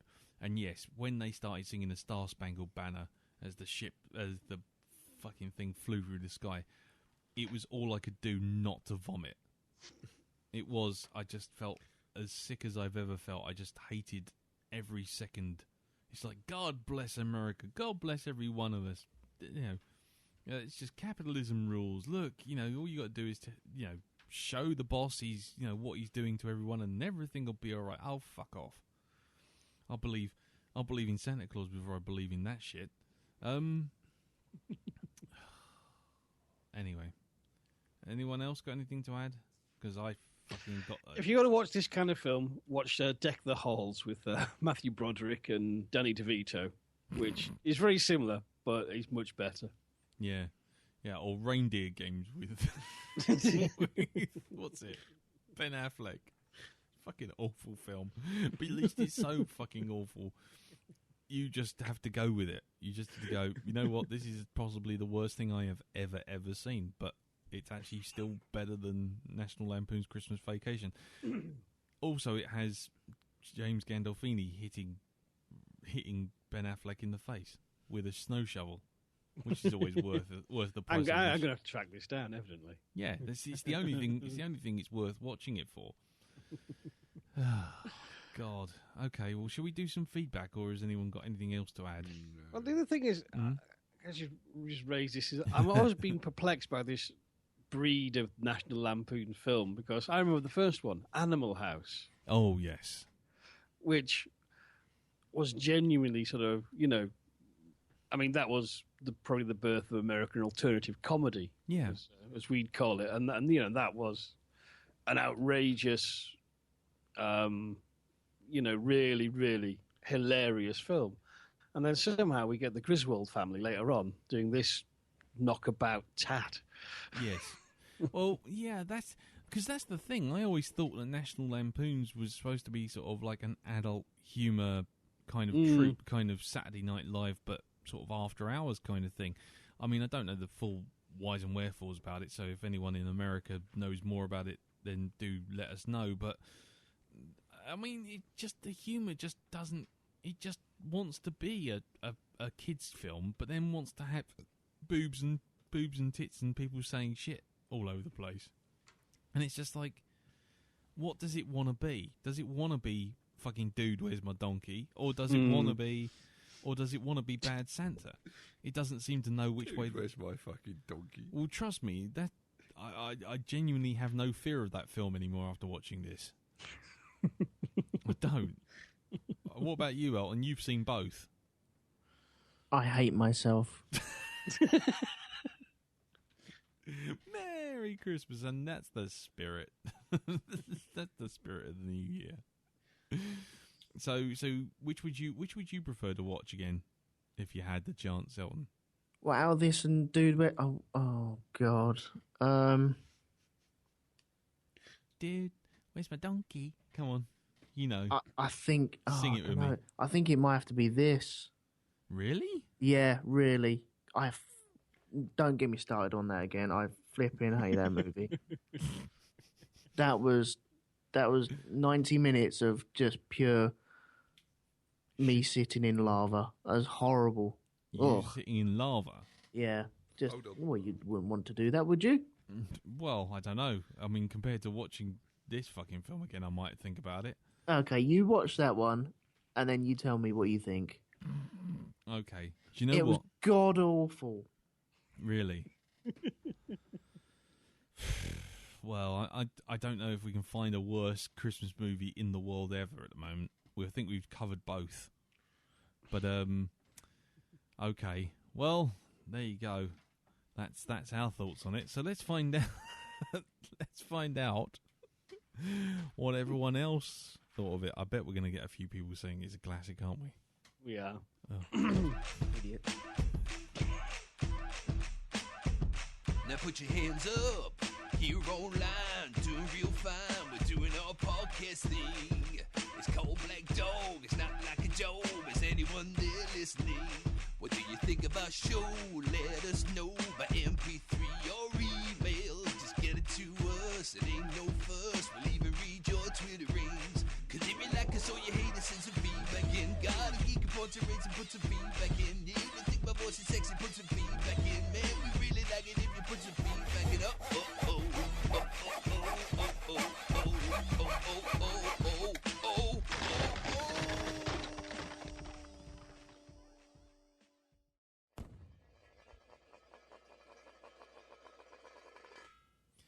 Right, okay, so before we start off with any feedback, those of you who've been keeping an eye on the Facebook group will have seen...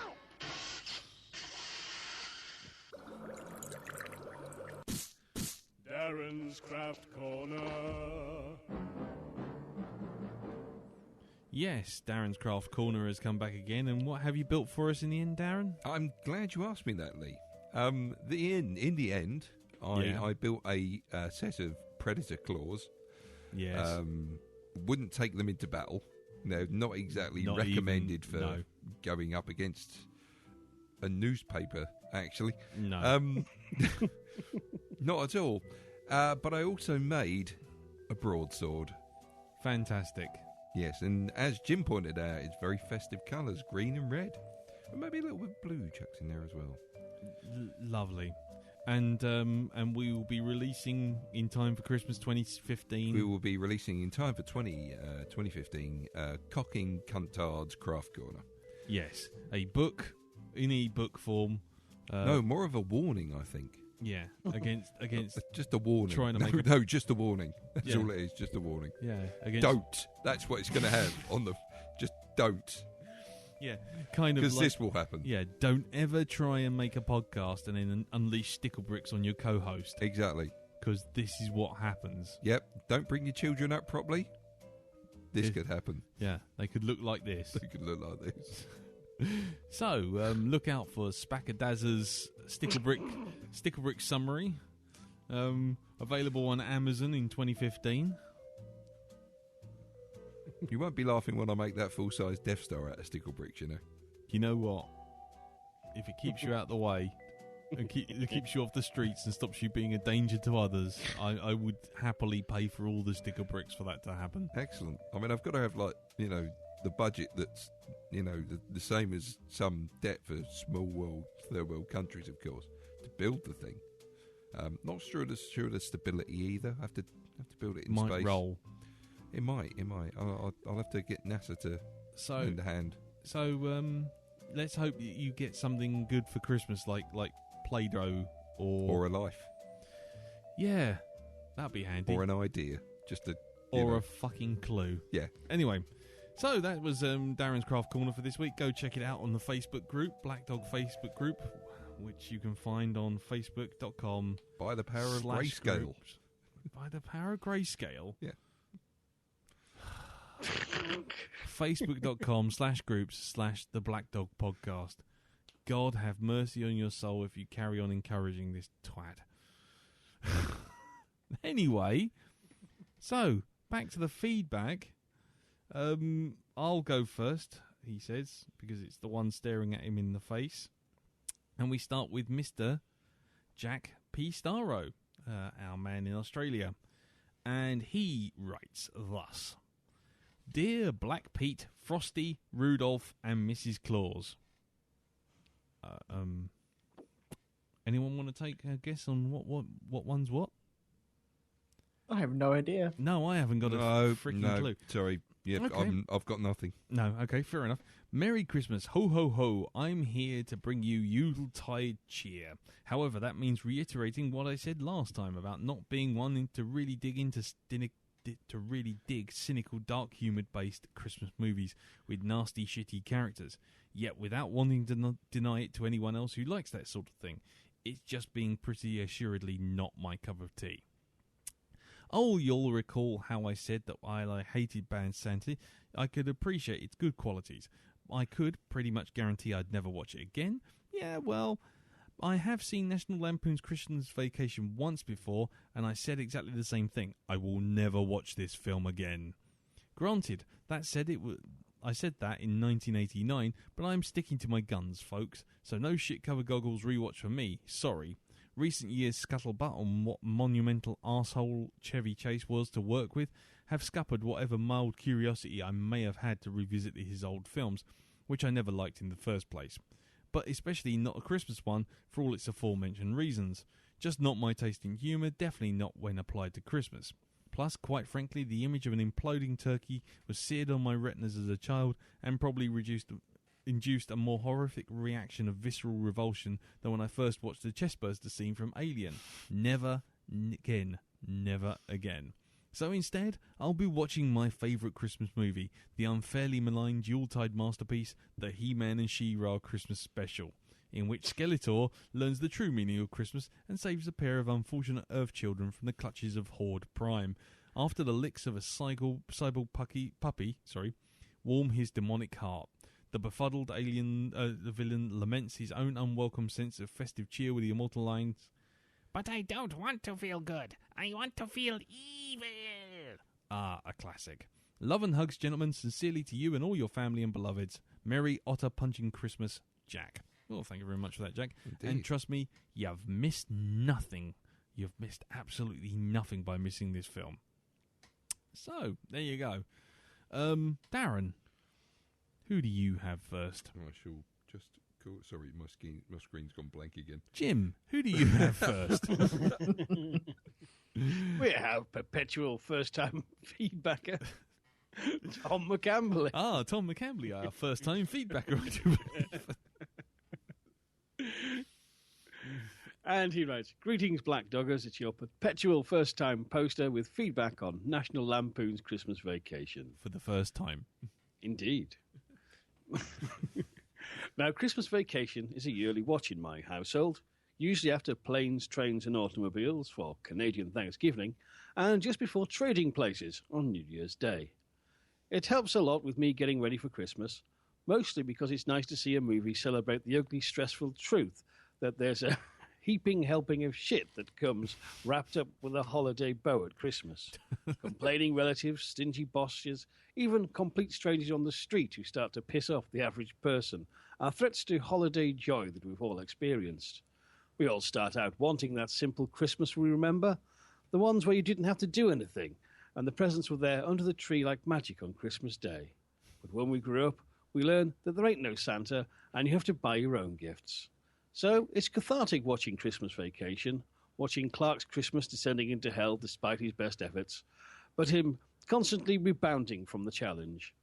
Now, granted, he does pretty much lose it near the end, but let's face it, what's Christmas without an insanity clause? Oh. What I'm saying is, God. I'm glad it's the poor dope and not me.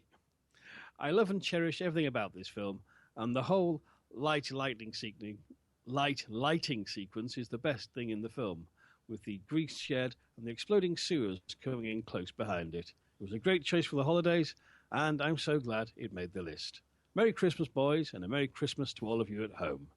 I'm off to go all kill list on the local holiday shoppers at Walmart. Tom. Nice. Thank you very much for that, Tom. Great first feedback as well. Oh, yeah. Let's hope there's many more from him. Thank you very much, Tom. Well, there you go. That's one in the positive checkbox.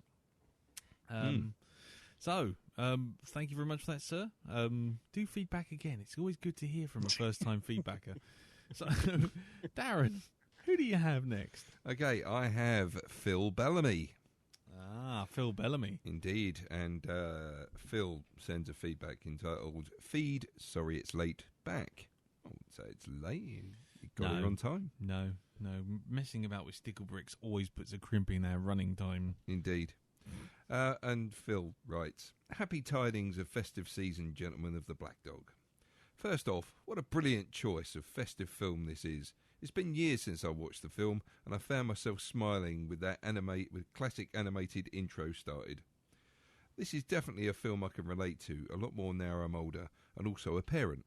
I can't help but feel Clark's desperation in wanting to have a proper family Christmas at any costs, whilst at the same time having money worries. It's something a lot of us dads go through at the festive time.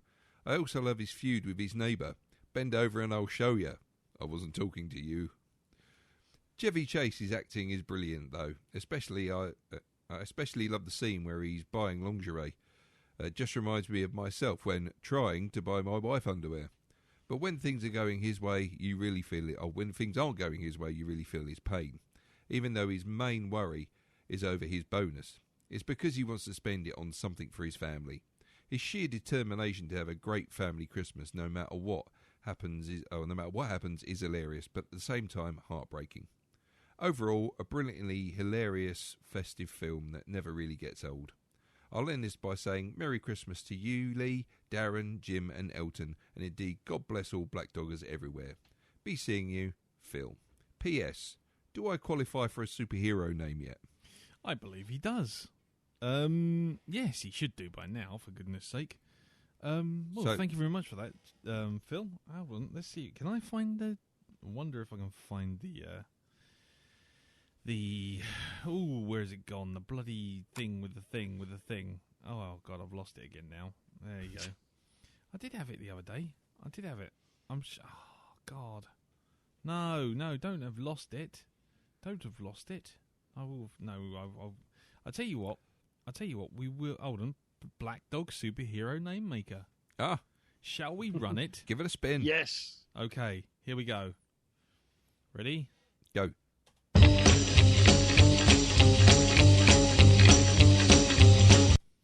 The Octopus Molester. There's a lot of animal-based sexual sort of... Shall we try that one again? How do you feel about that? Phil Bellamy. That hasn't got the right punch to it, I don't think. Run it again. Okay, ready? Armadillo Frisker. That's better. There you go. I like that. Armadillo Frisker. Armadillo Frisker. There you go. Phil. Arise, Sir Armadillo Frisker of the Black Dog. Yeah. Elton? Yeah. Are you just cowering in terror from reading out the next Just feedback? an Armadillo Frisker. See, he's got a theme tune as well now. Yeah, I'm just quietly giggling at Armadillo Frisker. You can't go wrong with Armadillo Frisker. You know, they're shady bastards, armadillos. You don't know what's under that armour. And, you look like a pig, but you're not really. See? And that's why you got to frisk them. Anyway. Okay. I'm going to ponder on that for a while. You Anyway. never know if they're going tooled up or not. Exactly. Cheeky bastards, all of them. An armadillo with a tool? You know that's unheard of. Yes, exactly. So, anyway, Elton? Right. Who do we have? Speaking of superheroes, I have the Peacock Fondler here. Ah, that would be Scott Matheson. Yes. Go for it. And he says in the subject title, Mele Kalikimikala, I think it is. What? Yeah, that's what I thought when I first read it and thought, oh dear. Hold on. I might see this because I sent it to you, didn't I? Hold on. Where Yeah. are we? Meli Kalimaka Shitter was full. I think you've just opened the gateway to the underworld by I was going to say, saying I that. feel like the As Lord Cthulhu suddenly showed up. I feel like Mola Ram. Millie Calamar. Calamar. Calimar. Untilly tuck tuck. Benedict Cumberbatch. Oh. Anyway, go on. Coolness.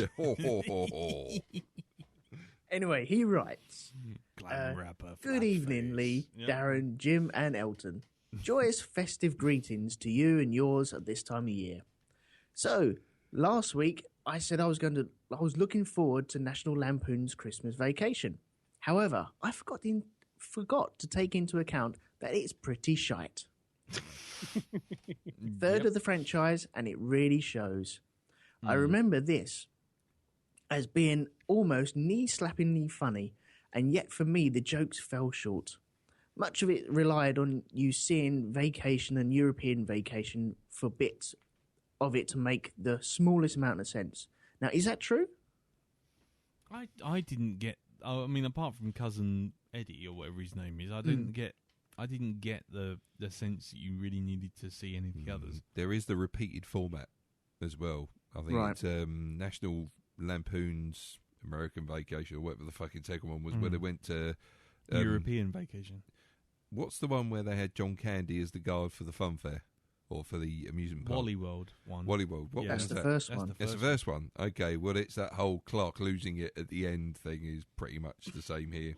So, Oh, by the way, did anyone see the moose cups that they were drinking out of? Oh yes, yeah, the Wally World, Wally the Moose or whatever his name Yeah. is. Yeah. You can buy them on eBay. Why? I don't know. I got an app and I looked. quickly to the eBay machine. Anyway, Go Scott on, carries on. This just left me thinking, wow, my memory sucks. Because I really thought that this used to be funny. It was just okay. It didn't leave me with warmth and it didn't leave me with cold. It just left me playing on my phone for most of it. Oh well, chaps. You have yourself a very melly cali kimmy calab. I've probably sworn now, haven't I? Yeah, Yep. we got listeners in South Africa who've just decided to put hex on you and come over and kill you. That's fine. Voodoo dolls are welcome. Yeah. I for one, would like to welcome our dark overlords. And as always, let the good times roll and see you in the new year. The Peacock Fondler. Apologies for that. No, that's fine. Thank you very much, Elton, for reading out. Thank you, Peacock Fondler, Mr. Matheson, for sending us an email which essentially gets to the heart of Rose Tinted Specs in a nutshell. You think you like it, you thought you loved it, but you watched it and it's shit. Huzzah! Thank you for proving our format at last. So, right, okay, well, it'll be time for me to move on my one. And the second piece of feedback I've got is from Will Catlin Hallett.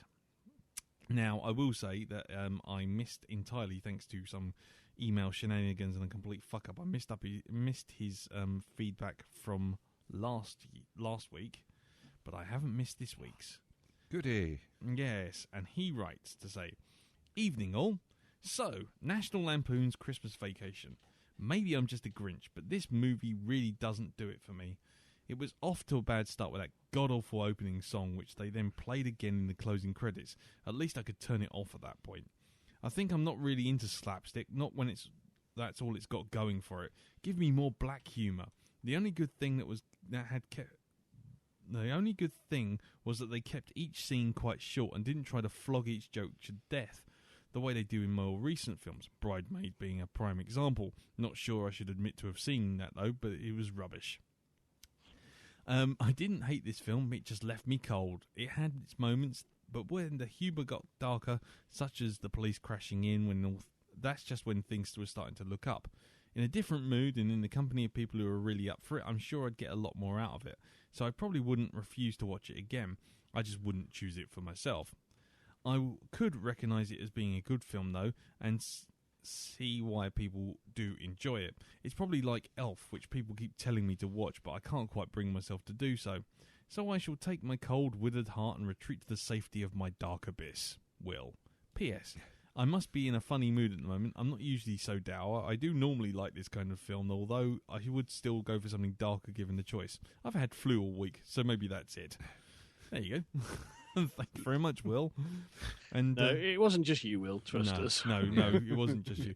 And you know You're what? not alone. Do you know what? Since we're handing them out at Christmas, let's give him a superhero name. What's your Will be? Is this our little Christmas present to the readers? Yeah. Everyone who writes in gets a free superhero name. Yeah. Right, here we go.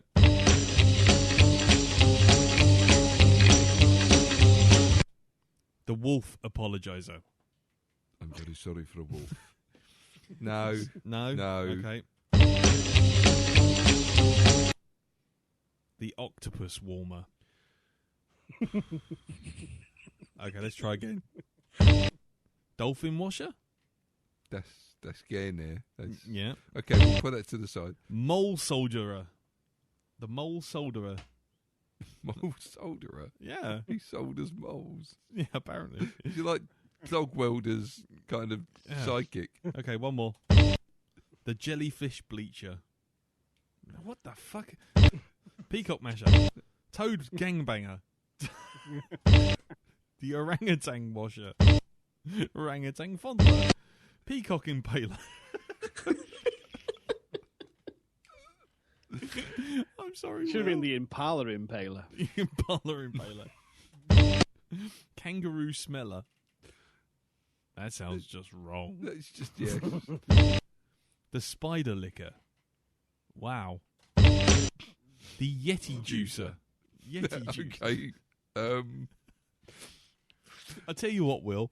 You got all those superhero names. As our gift to you, pick one of those that you like, and next time you send feedback in, let us know which one you prefer.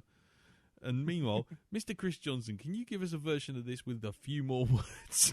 Can we not have people molesting animals anymore? Or mythical beasts? Hold on. Baboon Fister. Oh, there we go. And we have a winner right there. The Baboon Fister. I'm going to wear you like a puppet. Well, there you go. Thank you very much for that, Will. I think you've been unofficially named Baboon Fister, but feel free to adopt that moniker as you prefer. Oh, dear. Okay. So, Jim. Yes. Who do you have next? We do. We have another of our regulars. Yes. We have the Belly Stapler. Mr. Michael Cornett. And how is his journeys? How does he fare on his journey to the centre of the earth? Well, I am a bit concerned, for the subject line is, where's the Tylenol? Nice. But Michael writes, Gentlemen, I bear season's greetings from the centre of the earth. Celebrating the holidays where it's tropical and there's always sunlight and one is surrounded by giant trees and dinosaurs and near-naked cavemen is, well, not what one is used to. We're comfortable in the good ship euphemism. We're prospecting locally for some hand-wavium and shut-upium to repair the ship with, and things are looking promising. Meanwhile, we're also trying to figure out what's up with the ruins around here. There's a temple, there's a city, there's what looks like a shopping mall, and judging from some of the sculptures in one building, a health club. Maybe. Professor Powerbottom thinks ancient Lemurians colonized the center of the earth, and they either ended up as cavemen or moved somewhere else. It's also nosing around that temple a lot. A bit too much. I'm starting to wonder if our coming here was so accidental after all. I may have to interrogate him about why he's asking the cavemen about rings with fuchsia lantern images on them. Something's up. I don't like those peridons circling in the distance. Not to mention Captain Throbchest trying to hang a stocking by the campfire. His socks smell terrible. Oh. Lieutenant Easy and I decided to invite the cavemen leaders, Chunk and Slab, to the ship to see a movie. We chose National Lampoons Christmas Vacation, and I was surprised at how well the cavemen adjusted to the idea that these weren't real. And they laughed at the slapstick as much as the rest. I had never seen this myself. The previous one, European Vacation, had left such a sour taste in my mouth that I hadn't bothered with this, and I kicked myself a bit as this was head and shoulders above the first two. Many of us had that experience of the over-enthusiastic parent determining to make this Christmas the best ever. And while maybe a few of the jokes just didn't click, there were enough that did. And I have a new appreciation for Randy Quaid's scene-stealing ease and how much Beverly D'Angelo can communicate with just a change of expression. And Julia Louise-Dreyfus is always a joy to have around, even in a small supporting role. I have to admit I wasn't thrilled with this as it started, but as it went on, I realised it wasn't going to be as crass and as cheap as the previous one was, and was making me laugh at memories of my mum, who spent a few Decembers trying to make me love and adore Christmas, even if it made me completely miserable in the process. I still love you, Mum. So, whilst I started holding it off at arm's length, I ended not exactly embracing it, but being able to sit next to it comfortably. Captain Throbchest blubbered predictably at the end. I suspect he still believes in Santa. I also suspect he was dropped on the head as a child. So I should close. There are worries of a dinosaur stampede. Are those budgies? Wow. Yes. I hope you have a safe Christmas down in the bowels of the earth. For what it's worth, I'm just glad that Slab and Chunk never actually killed you for showing them this film, to be honest. So stay safe wherever you are. Brilliant. Right. Well, thank you very much for that, Michael. And you can read more of Michael's musings on his blog, which is dustandcorruption.blogspot.com. And I think there's a Facebook group attached to it as well now, isn't there? I've started following it, so yeah, there's a page. Yeah, do go and check that out too. You get some nice Victorian art, and some sarcastic images too. Right. So, Elton. Yes. Yeah, go for it. Who you have? I have Gareth Lloyd here. Ah, Gareth Lloyd. He doesn't get a superhero name because he's got his own theme tune that we can never quite remember. We can never quite sync up either. It's like three people singing in an echo chamber. Alternate words. Anyway, go on, carry on. So what does Gareth have to say? Right, he says, Xmas Vacation. Hello, chaps. Well, here's a seasonal favourite that was hysterical back in the day. I went years without seeing it, then bought it on the cheap, and a few years back watched it with the kids, who all enjoyed it. Now, digging it out to watch it again, it's still funny, but this time round I found it more chucklesome than laugh out loud, or laugh out belly laugh funny. The physical comedy is great, and there are some great one-liners, especially from E.G. Marshall. I don't know who that one is. But this time I found Chevy Chase's wide-eyed stare a little bit annoying. But that said, it was good, fun, and miles better than these cheesy Christmas made-for-TV films that turn up at this time of year. So thanks, all of you, for another great year of the Blackdog. It has kept me smiling at times, and at times. That sounded bad. It's kept me smiling at times when I really needed a pick-me-up, and I thank you for that and your time and effort making them. So wishing you all a brilliant Christmas and a happy New Year and DIY accident-free New Year and Merry Christmas to the Black Doggers everywhere. So Benedict Cumberbatch bless us everyone. Gareth. Thank you very much for that, Gareth. Indeed. And that's proof positive that a pause can make all the difference. Eats, shoots and leaves.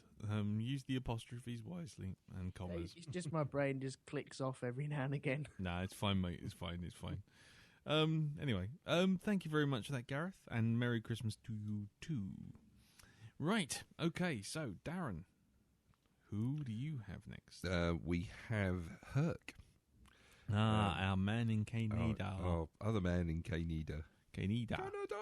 Yeah, that's how. I'm sorry. Anyways, wrong. We have three men in Canada now. Oh, we do, don't we? It's yes. Tom. We have Eric J, Tom McCamberley, and when he decides to send in the feedback, because he's only sent in one. Are we opening an office over there now? Or? Yeah, No? yeah. Maybe they should have a Blackdog Canada meetup. Yeah, maybe they should. Yes. And there's only 3 of them, and they can all just huddle outside a pub. Well, you know what? There's plenty of pictures of us on there. They all have to do is Pretend to be each one of us. Yeah, cut out our faces, stick them on a cardboard figure, and They could form the pretend. Canadian Blackdog. Yeah. Do their own show. Yeah, the grey Malamute. Eh? The Bluke dog. Doog. Eh? A boot? Anyway, I don't know. Go on, carry on, Darren. Get me out of this before I really start a third world war in Canada. Okay, and so Herc's mail is entitled "Curse You, Blackdog." I think he likes Went down this well one. then. Yeah, I can already sense where this is going. Praise your review. Okay, so he writes, secular, non-denominational season solstice greetings, gentlemen. Never seen this before, so I'm breaking Elton's duck on this one. Breaking Elton's duck? Remember last week he said, I'm breaking my duck on this Oh, one. right, yes. And it was like, what the fuck is a breaking your duck? Is that like the new spin-off from Breaking Bad, Breaking Duck? I don't know. I think it had something to do with cricket, but I have no idea. Breaking your duck. I forgot about that. Yeah. Whatever. Anyway, he said, never seen this before, so I'm breaking out Elton's duck on this one. Well, kind of a waste of time, to be honest. Just a series of predictable skits and broad characters without any panache needed to make something like this work. I was hoping I would get the appeal of the 70s/80s Chevy Chase, but alas, this isn't the film to do that. I'm still kind of open to giving Fletch, God, I hope you don't misread that, a chance, though. Fletch. Yeah. So Anyway. it doesn't become Felch. Oh, Felch. Well, it did now. There we go. Thank you very much. Give us the heads up and we'll misread it for you. We will. Yes, we will. I did watch this with an open mind, though. I really did. Fucking phone's just gone off. There's a few moments I like and some stuff here that really should work well. But there's something missing. I mean, Dirty Rotten Scoundrels was a year before this, and there's some slapstick that is pretty telegraphed, but still works marvellously. Put it down to execution, I guess. For me, this was as Darren would say, a damp squid. What did I say? There you go. Damp squid. A damp squid. Yeah. But you should say damp squib. Oh, damp squid, mate. Damp squid is where it's at. Squib is so yesteryear. So correct. Like I say, we're in an age where bad means good. And damp squid is what a squid is.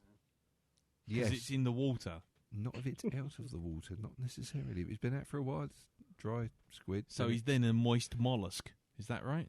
Yeah. There's Caesar's another super villain name. The moist mollusk. Just carry on reading the feedback. Get your suckers away from my face. Yes. Get these Right. chickens home to roast. Come on. And really, the more I think about it, the more I don't like it.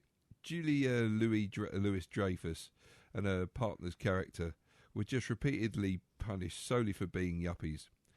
But then Bill Murray's brother saves the day with capitalism. What? It all felt very mean-spirited and cheap. And it's really uncomfortable to realise that it ends with a home invasion by armed police, led by a black officer who Scott will happily back down when ordered to do so by a rich white guy who says, this is just a misunderstanding. Obviously, the film's very relevant for today. Between this and Home Alone, John Hughes' Christmas movies have a pretty sickening political ideology, so I hope we don't ever do Planes, Trains and Automobiles. Who knows what insidious text that holds, or subtext that holds. It wouldn't surprise me if it turned out that he was really militant pro-eugenics manifesto. Anyway, fuck this film. I'm just going to scrub my soul clean with 12 Angry Men and Die Hard. Love and hugs, Herc. Thank you, Herc. Yes. The only defence for Planes, Trains and Automobiles that I've got without seeing it again, because I really hope I don't have a crash and burn on that one, is that it's a Thanksgiving movie, not a Christmas movie. Indeed. But let's just hope that makes all the difference when we finally get to it. Okay, well, thank you very much for that, Herc. I don't think he liked it. Just a sense, I get. You could say that. Yes, okay. So, my last bit of feedback is from Mr. Martin Thompson. He of the photograph of being inappropriately attacked by a vicar. Yep. Anyway, and of the dancing Groot outside M&M's fame too. A lot of people appreciated his Groot dancing. I've heard that he's kind of precedes World him before where he renowned. goes anywhere. As seen outside the M&M's shop, Groot dancing. Anyway, moving on before it gets too awkward. Dear Lee, Darren, Jim, and Elton, my sympathies, as you must be missing the Black Mirror Christmas special if you're sticking to your usual Tuesday recording schedule. Yes, we are. Fuck. There's always more for or whatever the fuck their repeat channel thing's called. Fucking. It's probably snooker on anyway. Yeah, fucking snooker. Don't snooker, start me yeah. on the fucking snooker. It's two fat old blokes trying to put a load of cobbles into a fucking pot. No thanks. Let's stick around for the more exciting finale as they chase one black ball around the fucking table. Oh no, he's missed it. Oh no, he's hit it, but he's missed it again. Oh no, he's put a white ball behind another coloured ball. What will happen now? A very bigoted game, snooker. It is. You round up all the reds, then the colours, then go for the black. It's shocking. Yes, snooker. Racism in a sport. Yeah, and then all the time while it's all going on, while all this racism's going on, you're trying to keep the white out of of the hole. Quickly, moving on to Moving on. emails. Anyway, sorry.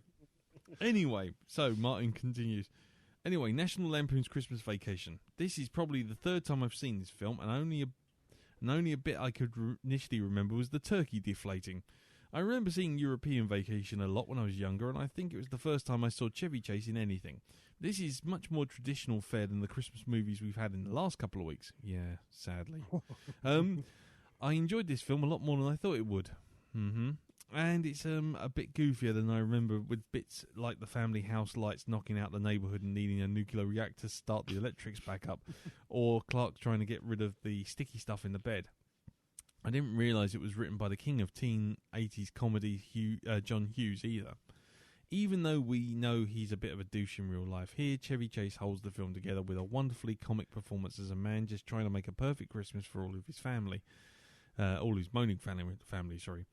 It's nice to see a lot of familiar faces from American TV, such as Big Bang Theory's Johnny Galecki, or pre-Seinfeld Julia Louis-Dreyfus as one half of the snobby yuppie couple who proved the antithesis to the chaotic Griswold family. At the end of this film, as we get to the end of this film, I thought Clark's boss would give some kind of company going under reason for the lack of bonuses, which I suppose it would do today, but times change, and he's just being a rich dick. No other thoughts than, yes, odd white blouse Beverly D'Angelo was wearing near the end. Not the best Christmas movie, but I enjoyed it. Anyway, Merry Christmas and a Happy New Year to all. Cheers, Martin. Well, thank you, Martin. I'm glad you liked it. And I'm glad we're missing fucking Black Mirror to see it, to talk about it. Right. I haven't seen any of that Black Mirror, whatever you're on about. Really? It's like snooker, but better. Yeah. Yeah. Yeah, without sport in it. Without sport, snooker, balls, or two fat old blokes wandering around drinking pints with dicky bows on like they just stepped out of someone's wedding in the 1970s. Is that the Michael Palin thing? No, that's Remember Me. No. Oh. Black Mirror is by Charlie Brooker, a man who actually called me a cunt in a book that he signed for me. I'm very proud of that. He did. He wrote on the front cover to Lee, best wishes, don't read page 117. And then on page 117 he wrote, I told you not to read it, you stupid cunt. Which I was quite pleased with. Anyway, So, Jim, do you have any feedback left? Yes, we have Mr. Matt Jones. Ah, Mr. Jones. Go on in. Oh, He escaped the Twilight Zone this week. Did he? Hold on. Hold on. I'm missing brain. My brain's trying to reel back on that one. What? Twilight Zone? Hasn't he sent the feedback the last couple of weeks? He got lost in the pipes. Oh God, yes. Sorry. Yeah, he's another one who suffered the Atlantean outlook debacle. Yes, don't worry. I'm really sorry about that, Matt. Sorry, and thank you for reminding me, Jim. I always completely forgot again and not apologised. So thank you, Matt. Thank you for all your feedbacks, even though they don't get read out because they get swamped underneath Pizza Hut and Reed Computing and overclockers emails. But anyway, go on. Sorry, carry on, Jim. Yes, in subject line, hip hip hooray for Christmas Vacation. Oh God. Okay, I wish I'd lost this one. Go on, carry on. Hello there, Santa Medcalf, Darren the Reindeer, Jingle Bell Jim, and Elton the Elf.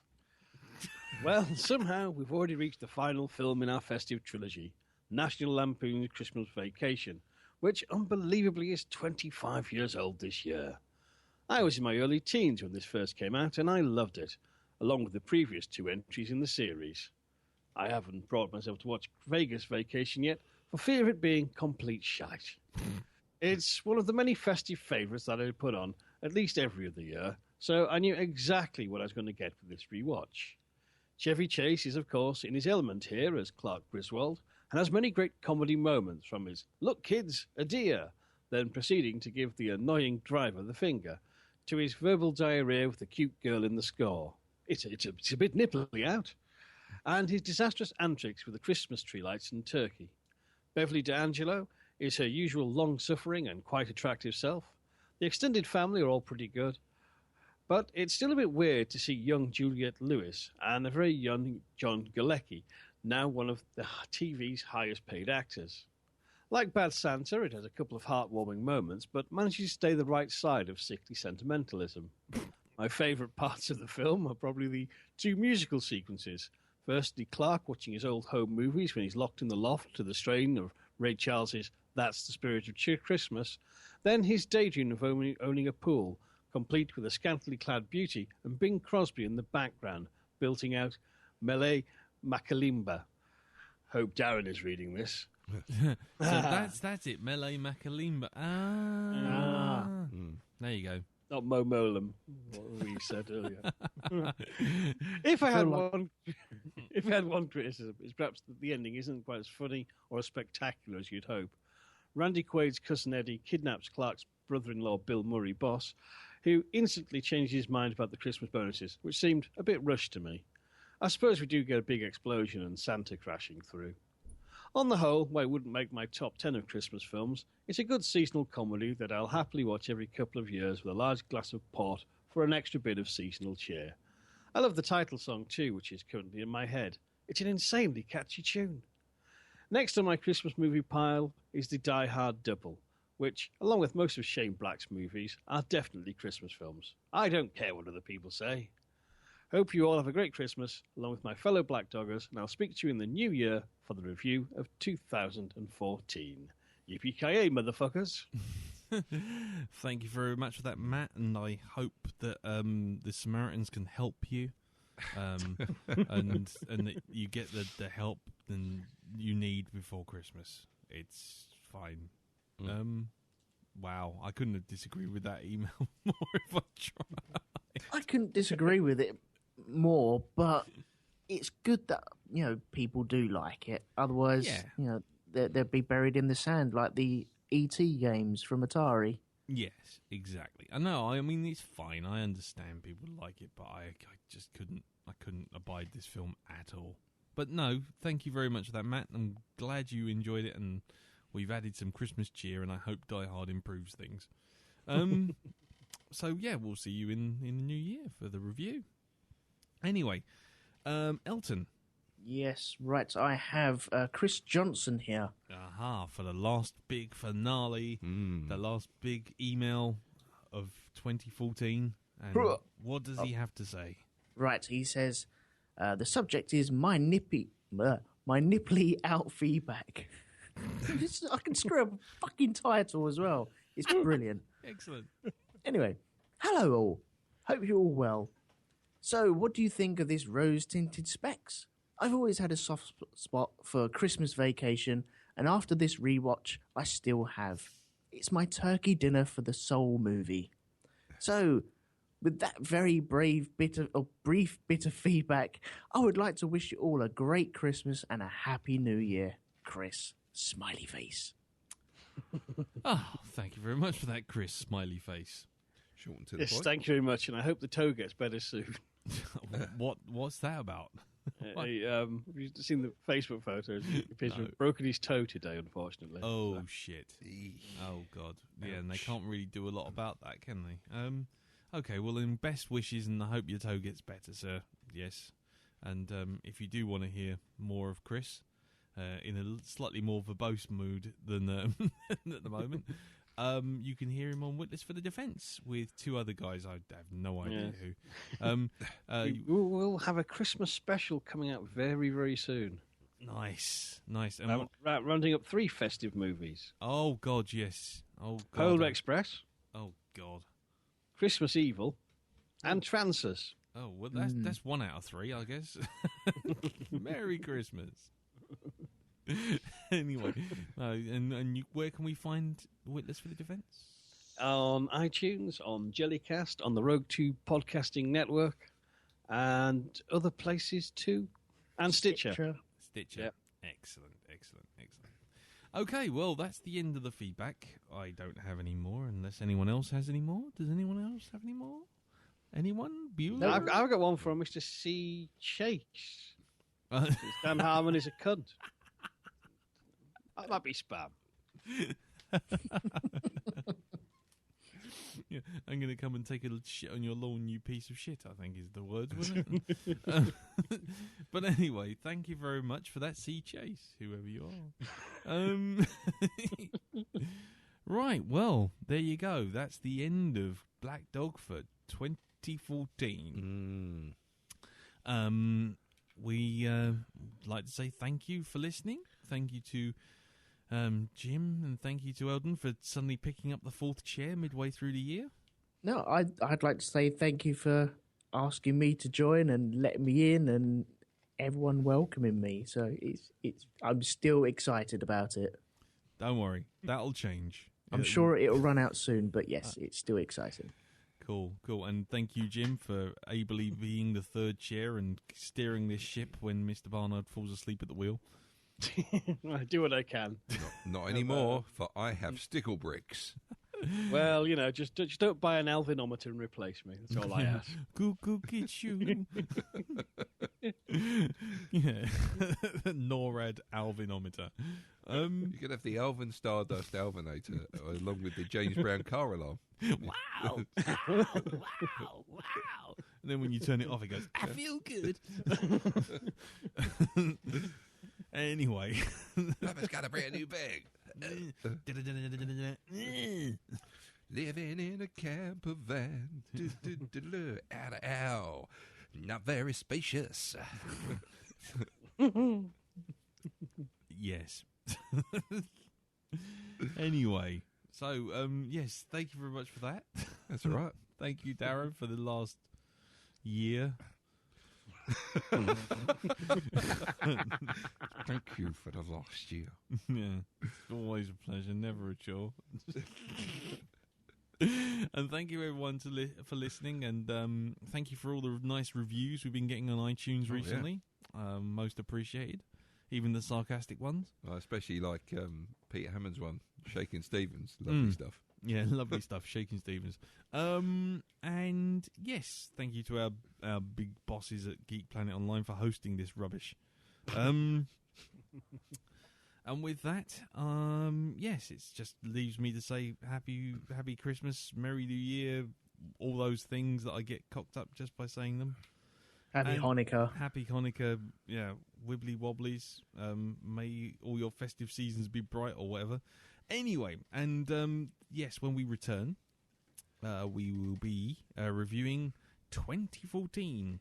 So, if you want to send in any feedback. And that's not a Roland Emmerich movie. No, not the Roland Emmerich movie 2012. No.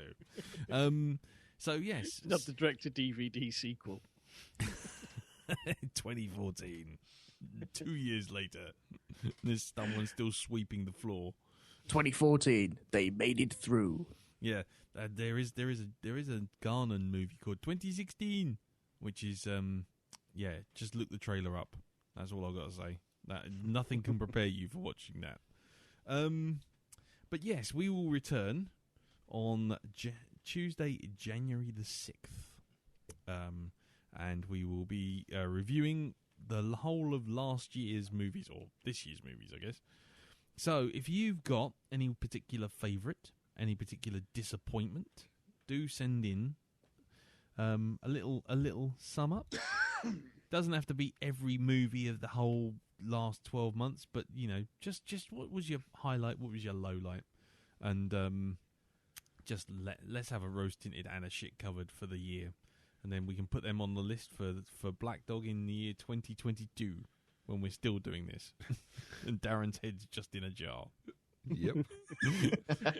But how will I build with stickle bricks? We'll just put them in. We'll just fill Waldo arms. Waldo arms, exactly. So dildo arms, maybe. I don't know. You put them in at the top, and he'll float to the top like a fish after fish flakes. Just nibbling at them. So anyway, thank you very much to everyone. We'll see you all next year. See you on the 6th of January. Send in your feedback for the year to blackdog@geekplanetonline.com. And yes, have a safe and peaceful Christmas and New Year. Until next time, tatty bye. Bye. Bye-bye. Bye. I have a machine gun. Ho, ho, ho. Do you have a pork chop too that's in the freezer? Do not disappoint me, Alan. Oh, I pressed the wrong fucking button again, you motherfucker.